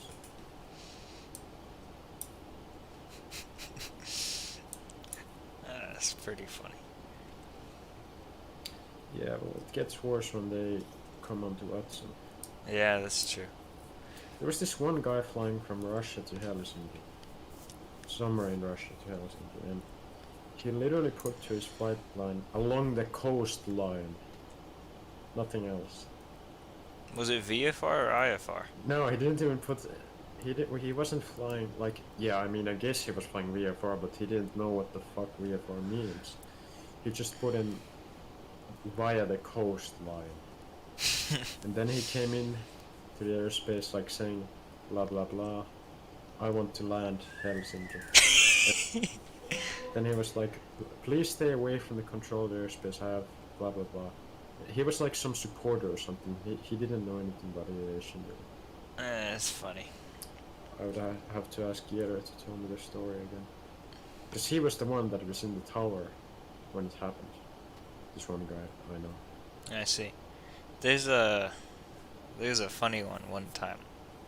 Some guy was in, I think he was in New York, JFK, and he wanted VFR clearance to LAX. Whoa. It was something like that. I don't remember. I think he was at JFK, but he was somewhere on the U.S. East Coast, and he wanted somewhere to the U.S. West Coast. 2,500 miles VFR. Yeah.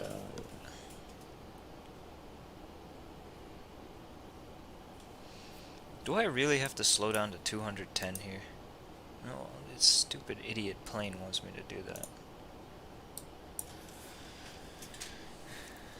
I'll follow it.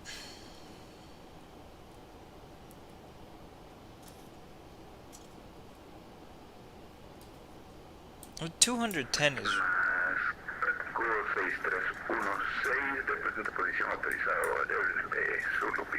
I was actually doing a flight practice of approach to Kittilä today. And just when I was doing it, it started raining, got cloudy, and I was like, fuck it, I'm doing it. But of course I was deviating around a bit, because I, at one particular point, wasn't paying so much attention to the path of the aircraft itself. I was focusing on... I don't remember what the fuck I was thinking, you know. I should have focused more. But I got it stabilized, and then I landed. Good job. Yeah. Wow. I still remember my first ever successful landing on FSX. It was like 12 years ago. I was flying the 7-3 default in the Janet Airlines livery out of some random airport, and then I like did a rocket takeoff of like 50 degrees nose up. Then I made a U-turn and landed with like a 10-degree glide. Yeah. I somehow landed it. It was like, yeah, Dad, look, I got my first landing. I remember. And he just looked disappointed. Yeah, he didn't even say anything. He was like, okay, whatever.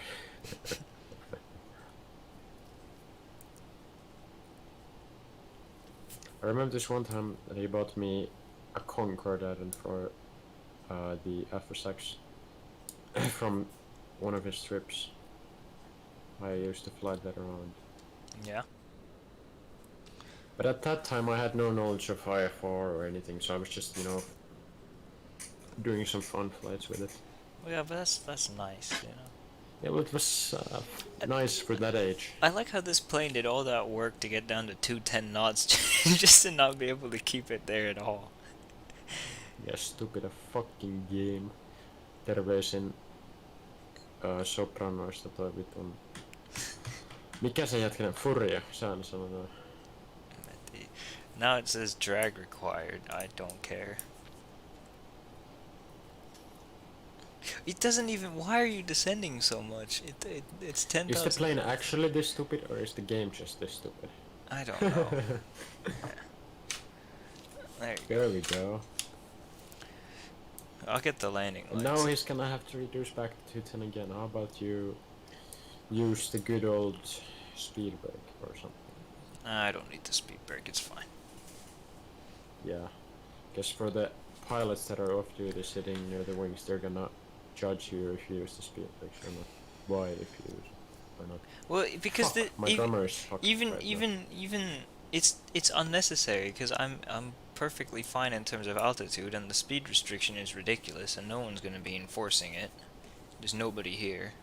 ATC doesn't care. Yeah. Well, in aviation, it's not a degree Wait. or not. That was. Go ahead. Yeah, well, there's a good old saying that, you know, pilots are not flying meter by meter or knot by knot, you know, it's... Unless it's a fucking Amsterdam terminal airspace, but, you know... De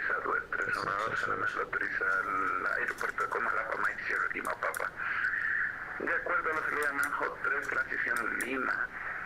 Ascenso inicial unos 6.000 pies, prevé a nivel de vuelo final, nivel de vuelo 340 y transpondedor 5662. Why the hell is it keeping them at idle still? Now it's kicking in. It's a bit late, the level up and the Zebo. But the level up especially is a bit. Sí, correcto, transpondedor 5662. So it's the center online, so he's gonna give you your clearance to land. And He should give it to me, yeah. 5,000 he cleared me down to, so. Alright, there's 10,000.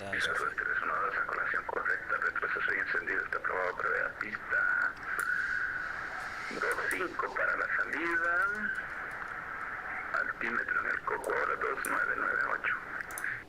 What was the course? 067. I'll set it in here. What do you have set in the course right now? I don't know. That was the last guy. I didn't have anything. I haven't touched it. Me llama listo a rodar pista 25 y nada más para conocer la salida sería ahora Nanjo 4 Lima de la pista 25. That's the ILS course, yeah.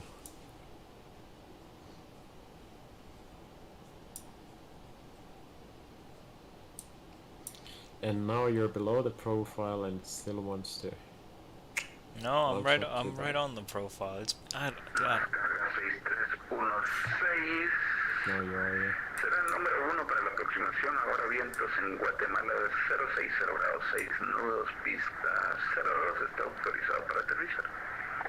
02 autorizado a aterrizar, más carga 6316. Maybe you can go flaps to 1. See if that helps it. Actually, no, we can wait a little bit. I'll get that turn off, so. United 209. Hold on. Fantastic position, you're cleared for the RP runway 07 at Roatan, QNH 1011. Clear for RMP approach 07, United 2043. Didn't give you any lower altitude? He cleared me for the approach, so I can go to any altitude I want. You didn't set flaps 1 yet. No, I didn't, I know. I decided to delay it, because it got the speed pretty well.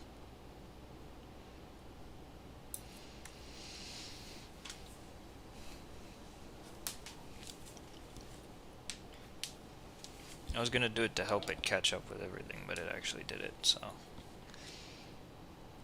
I know the speed's still being stupid now. Oh, it's the auto thrust being stupid.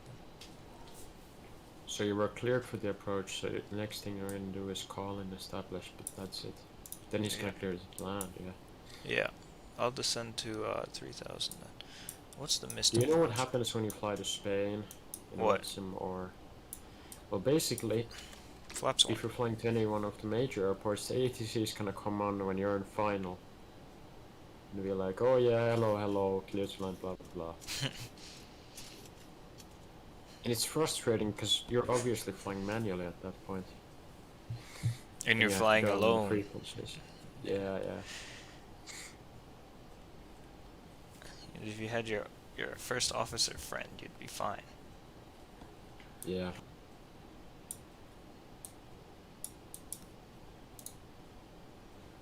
I'm still 18 miles out. Okay. Yeah, you can keep the speed up. Yeah.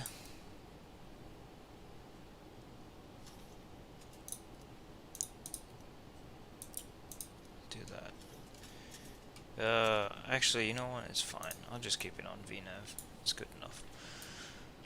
Why did you press N1? I don't know. Actually, let's do that. That's not what I meant.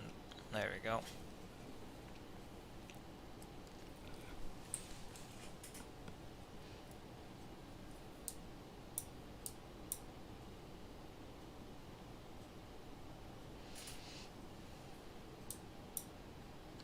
Flaps 2, flaps 5. We're still 15 miles out.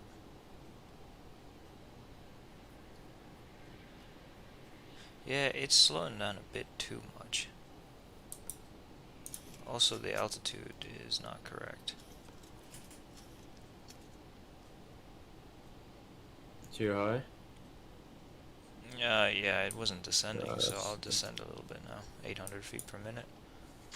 165 is fine. It's a bit slow, actually, if anything. I'll leave it there.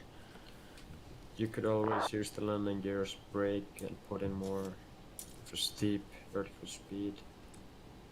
Yeah, but I'm fine in terms of altitude. Okay. It just wasn't descending, but now I put it on vertical, so it should descend now.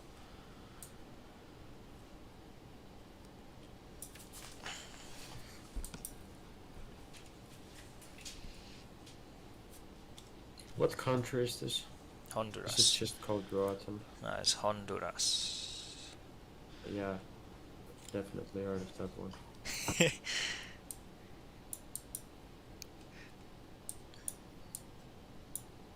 Now, missed approach altitude is 3,000 feet. But I'll set 2,000 in here for now.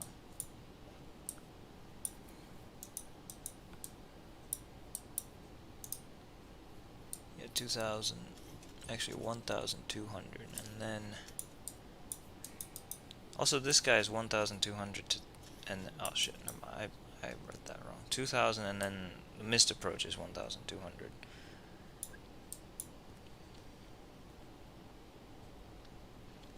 Flaps 10.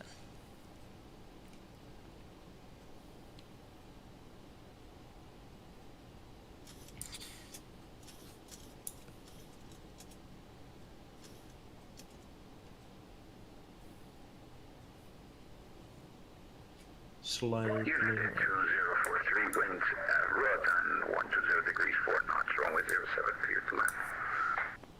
Clear to land runway 07, United 2043. He's talking with a Gear deep down. voice, isn't it? He is, it's weird. Flaps 15. Are clear to land, runaway, blah blah blah. You are clear to land. Flaps 25, autopilot off.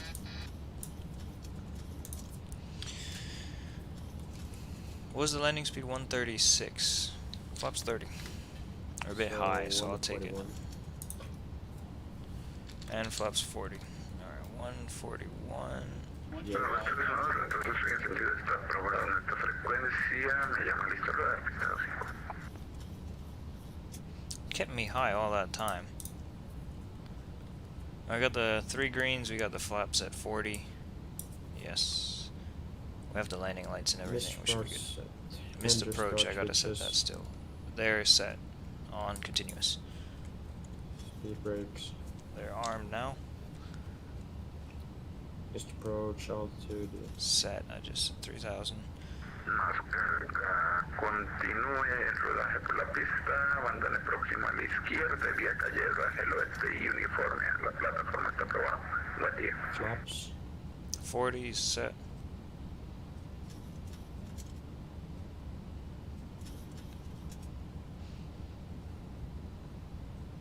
Runway turn off lights on. Landing gear 3 greens. Autopilot auto charge test required. No, complete. Actually, we can get rid of. We can get rid of the flight director on my side. It's too late to get rid of it on your side. We're still a bit too high.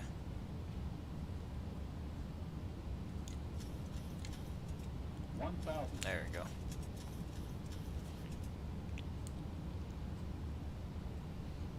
Yeah, I was feeling kind of dizzy, you know, from last Too fast. last night's partying, so Too I decided fast. to be a passenger for a while and then came up to the flight deck.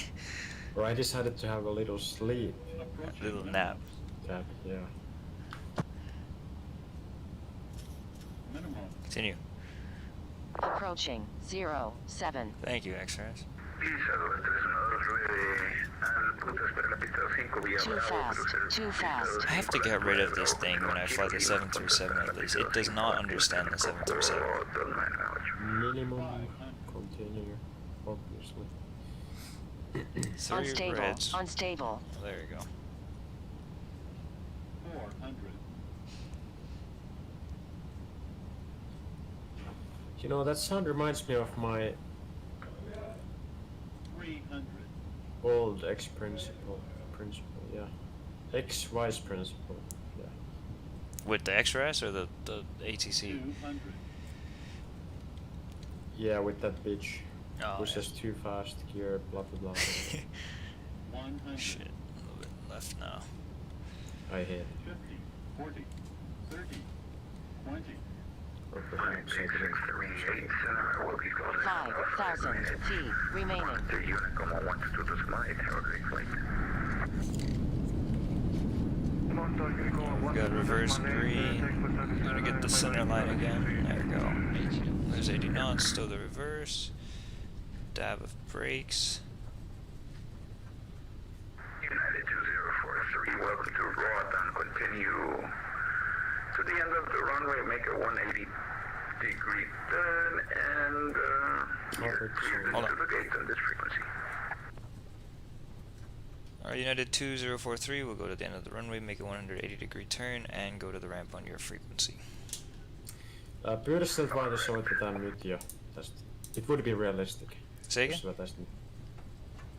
Sano uudestaan vaan. Niin, että sä voit kääntyä tässä jo. No joo, on se, mutta on niin lähellä. Sama se on mennä loppuun asti. Kyllä se periaatteessa mahtus. Jaa. Joo, kyllä 73 mahtuu. Ja 320, jopa 21. 350 on vähän vaikeampaa jo. No joo. No mutta toisaalta ei se nyt tänne edes tulisi. Ei. Lentääks tänne joku 757 vai lentääks tänne niinku...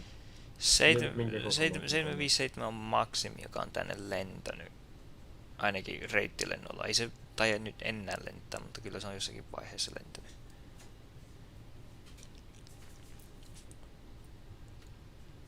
Oh, chrono.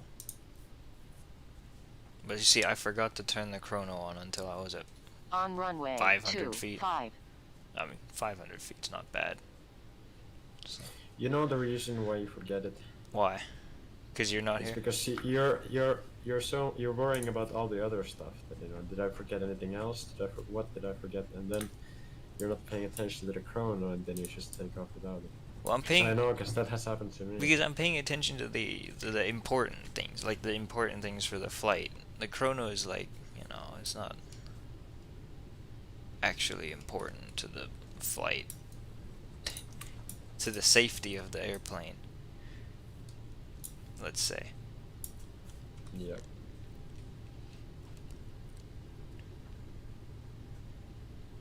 Your start switches to off. Yeah, I'll switch Probe them hits to off. off. Make sure we're still going straight. Probes off.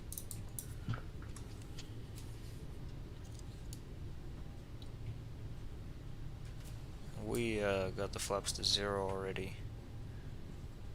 I can switch off the flight director over there. 1-2, cuando listo, vientos en el coco 250 grados, 10 nudos, pista 25, autorizado para despegar. Una vez en el aire, monitorea Unicom en 122.8 hasta la vuelta.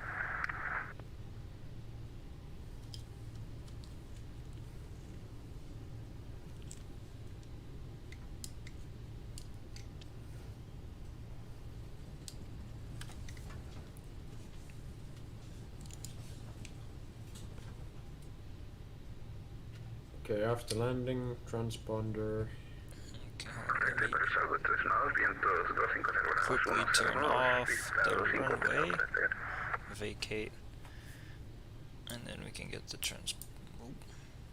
transponder, get the landing lights, turn Flaps off, retracted, speed flaps brakes are stowed, landing lights, strobe lights off, taxi light on.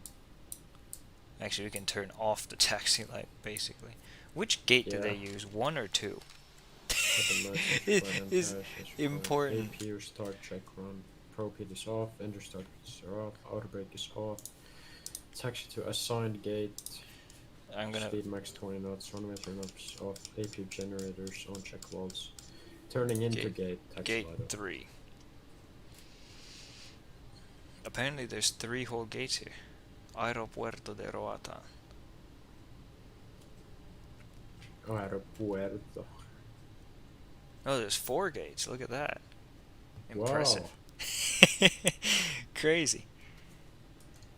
All these airlines pay so much to get a slot at this airport, and yet they only have a singular runway, which is fucking short, and 4 gates.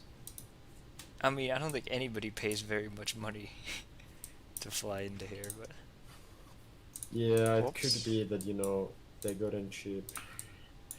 They got some cheap slots into here. There's no marshaller, is there? Of course not. Nah, they can afford one.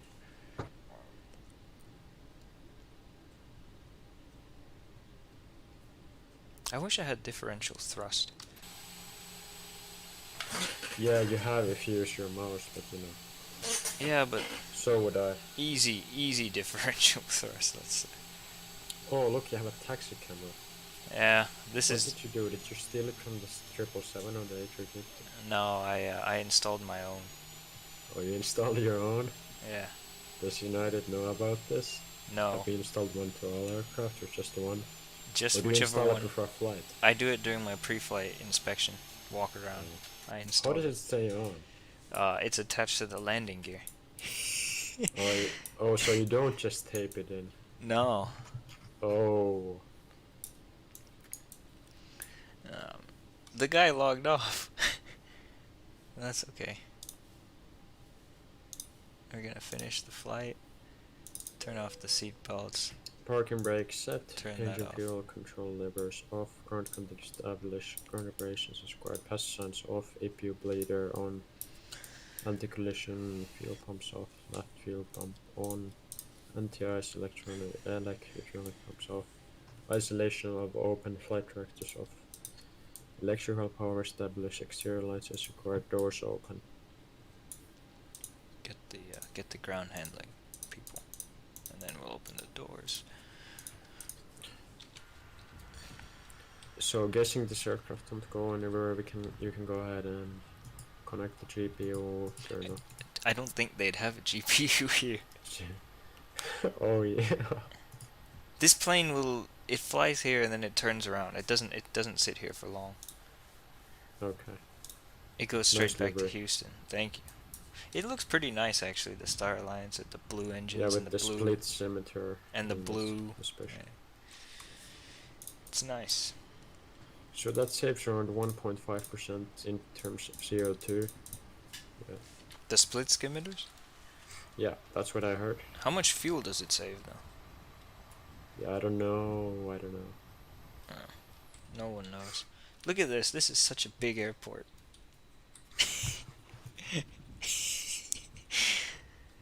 Yeah, well, it's actually better than nothing.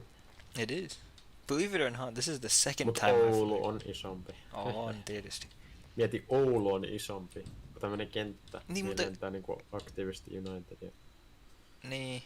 American Airlines myös, eikö? Joo, ja Delta, kaikki 3. Jesus. Mitäs Spirit? Ei varmaankaan. You know what, I forgot chalks. They're in here. See the ground people, they're not awake. They forgot the chalks. There you go. But look at this, look at this. They have this tiny airport and look at this enormous tower over here.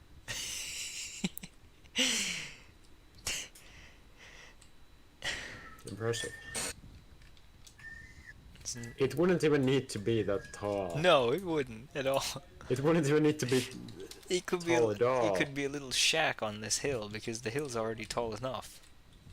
Yeah, they're just fucking stupid as usual. No, this No is offense. this is just the model that the scenery developer made is probably it's the default tower. Oh. Or maybe it's like that in real life, I don't know. Could be. But this is the default tower object, but maybe it's about that tall.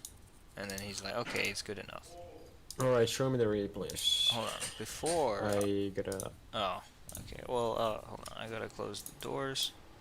Remove the chalks, close doors. I disconnected from the network.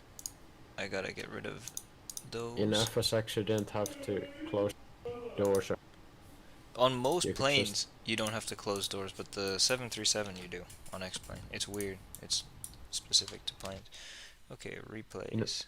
In Microsoft you have to keep the lights on, the flaps, the engines running, everything on basically. It doesn't remember the configurations like I said before, yeah. The jar design doesn't remember the Success. configuration either. The jar design. You were like perfectly over the numbers when it said 10. It was pretty good. Tiedätkö mikä yksi mun isin vanha lentäjäkollega, niin se sanoo noita? Oh yeah. Se sanoo niitä askelluskohdiksi tai joskus. Tiedätkö? Askelluskohdiksi. Haskelluskohde.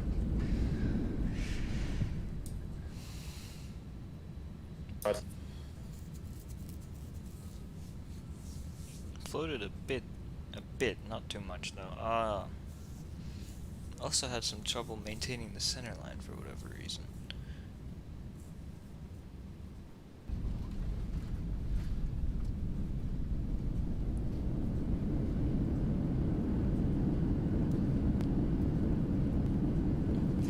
Mikä askelmerkit. Jesus.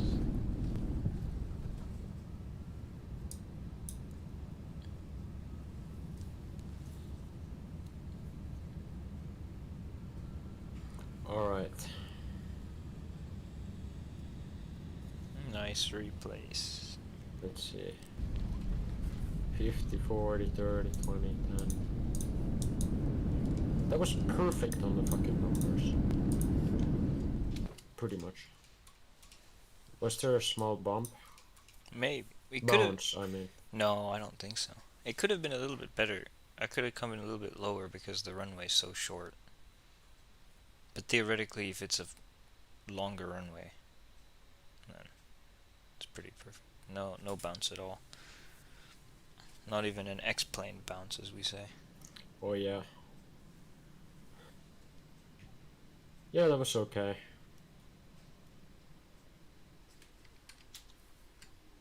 I would give it a 7.5 out of 10. I would have given it an 8. Actually, yeah, the final touchdown part, but now that I think about it, the approach was high. So probably overall 6 out of 10. Would you agree? Yeah. 6.5.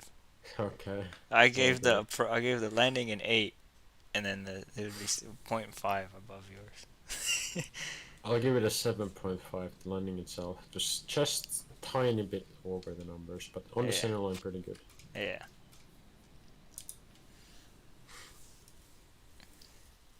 I don't know. Maybe I don't know why the approach is so high.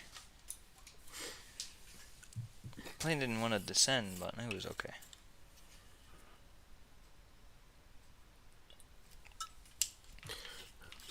From 1,000 to the ground, it was fine though. But above 1,000, Yeah. I had to descend quite a lot to get there. Yeah, the final was fine. The final touchdown was okay. The approach was horrible. I mean, not the entire approach, but like the turning into final part was very high. Yeah.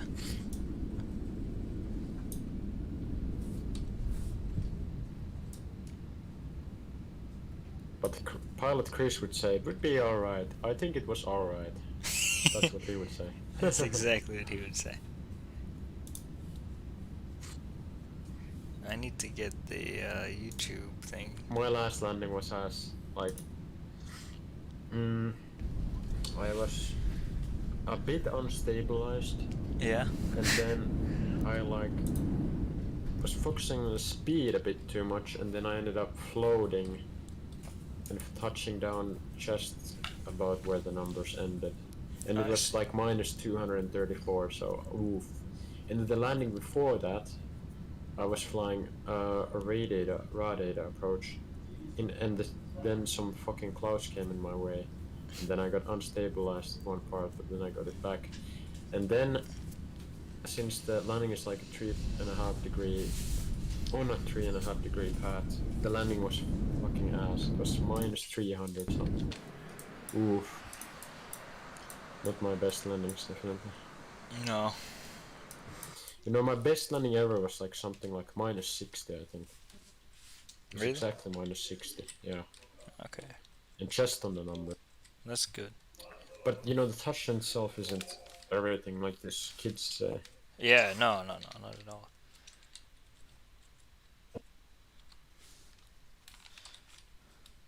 I'm gonna take some screenshots and then I'll end the stream here. Roatan.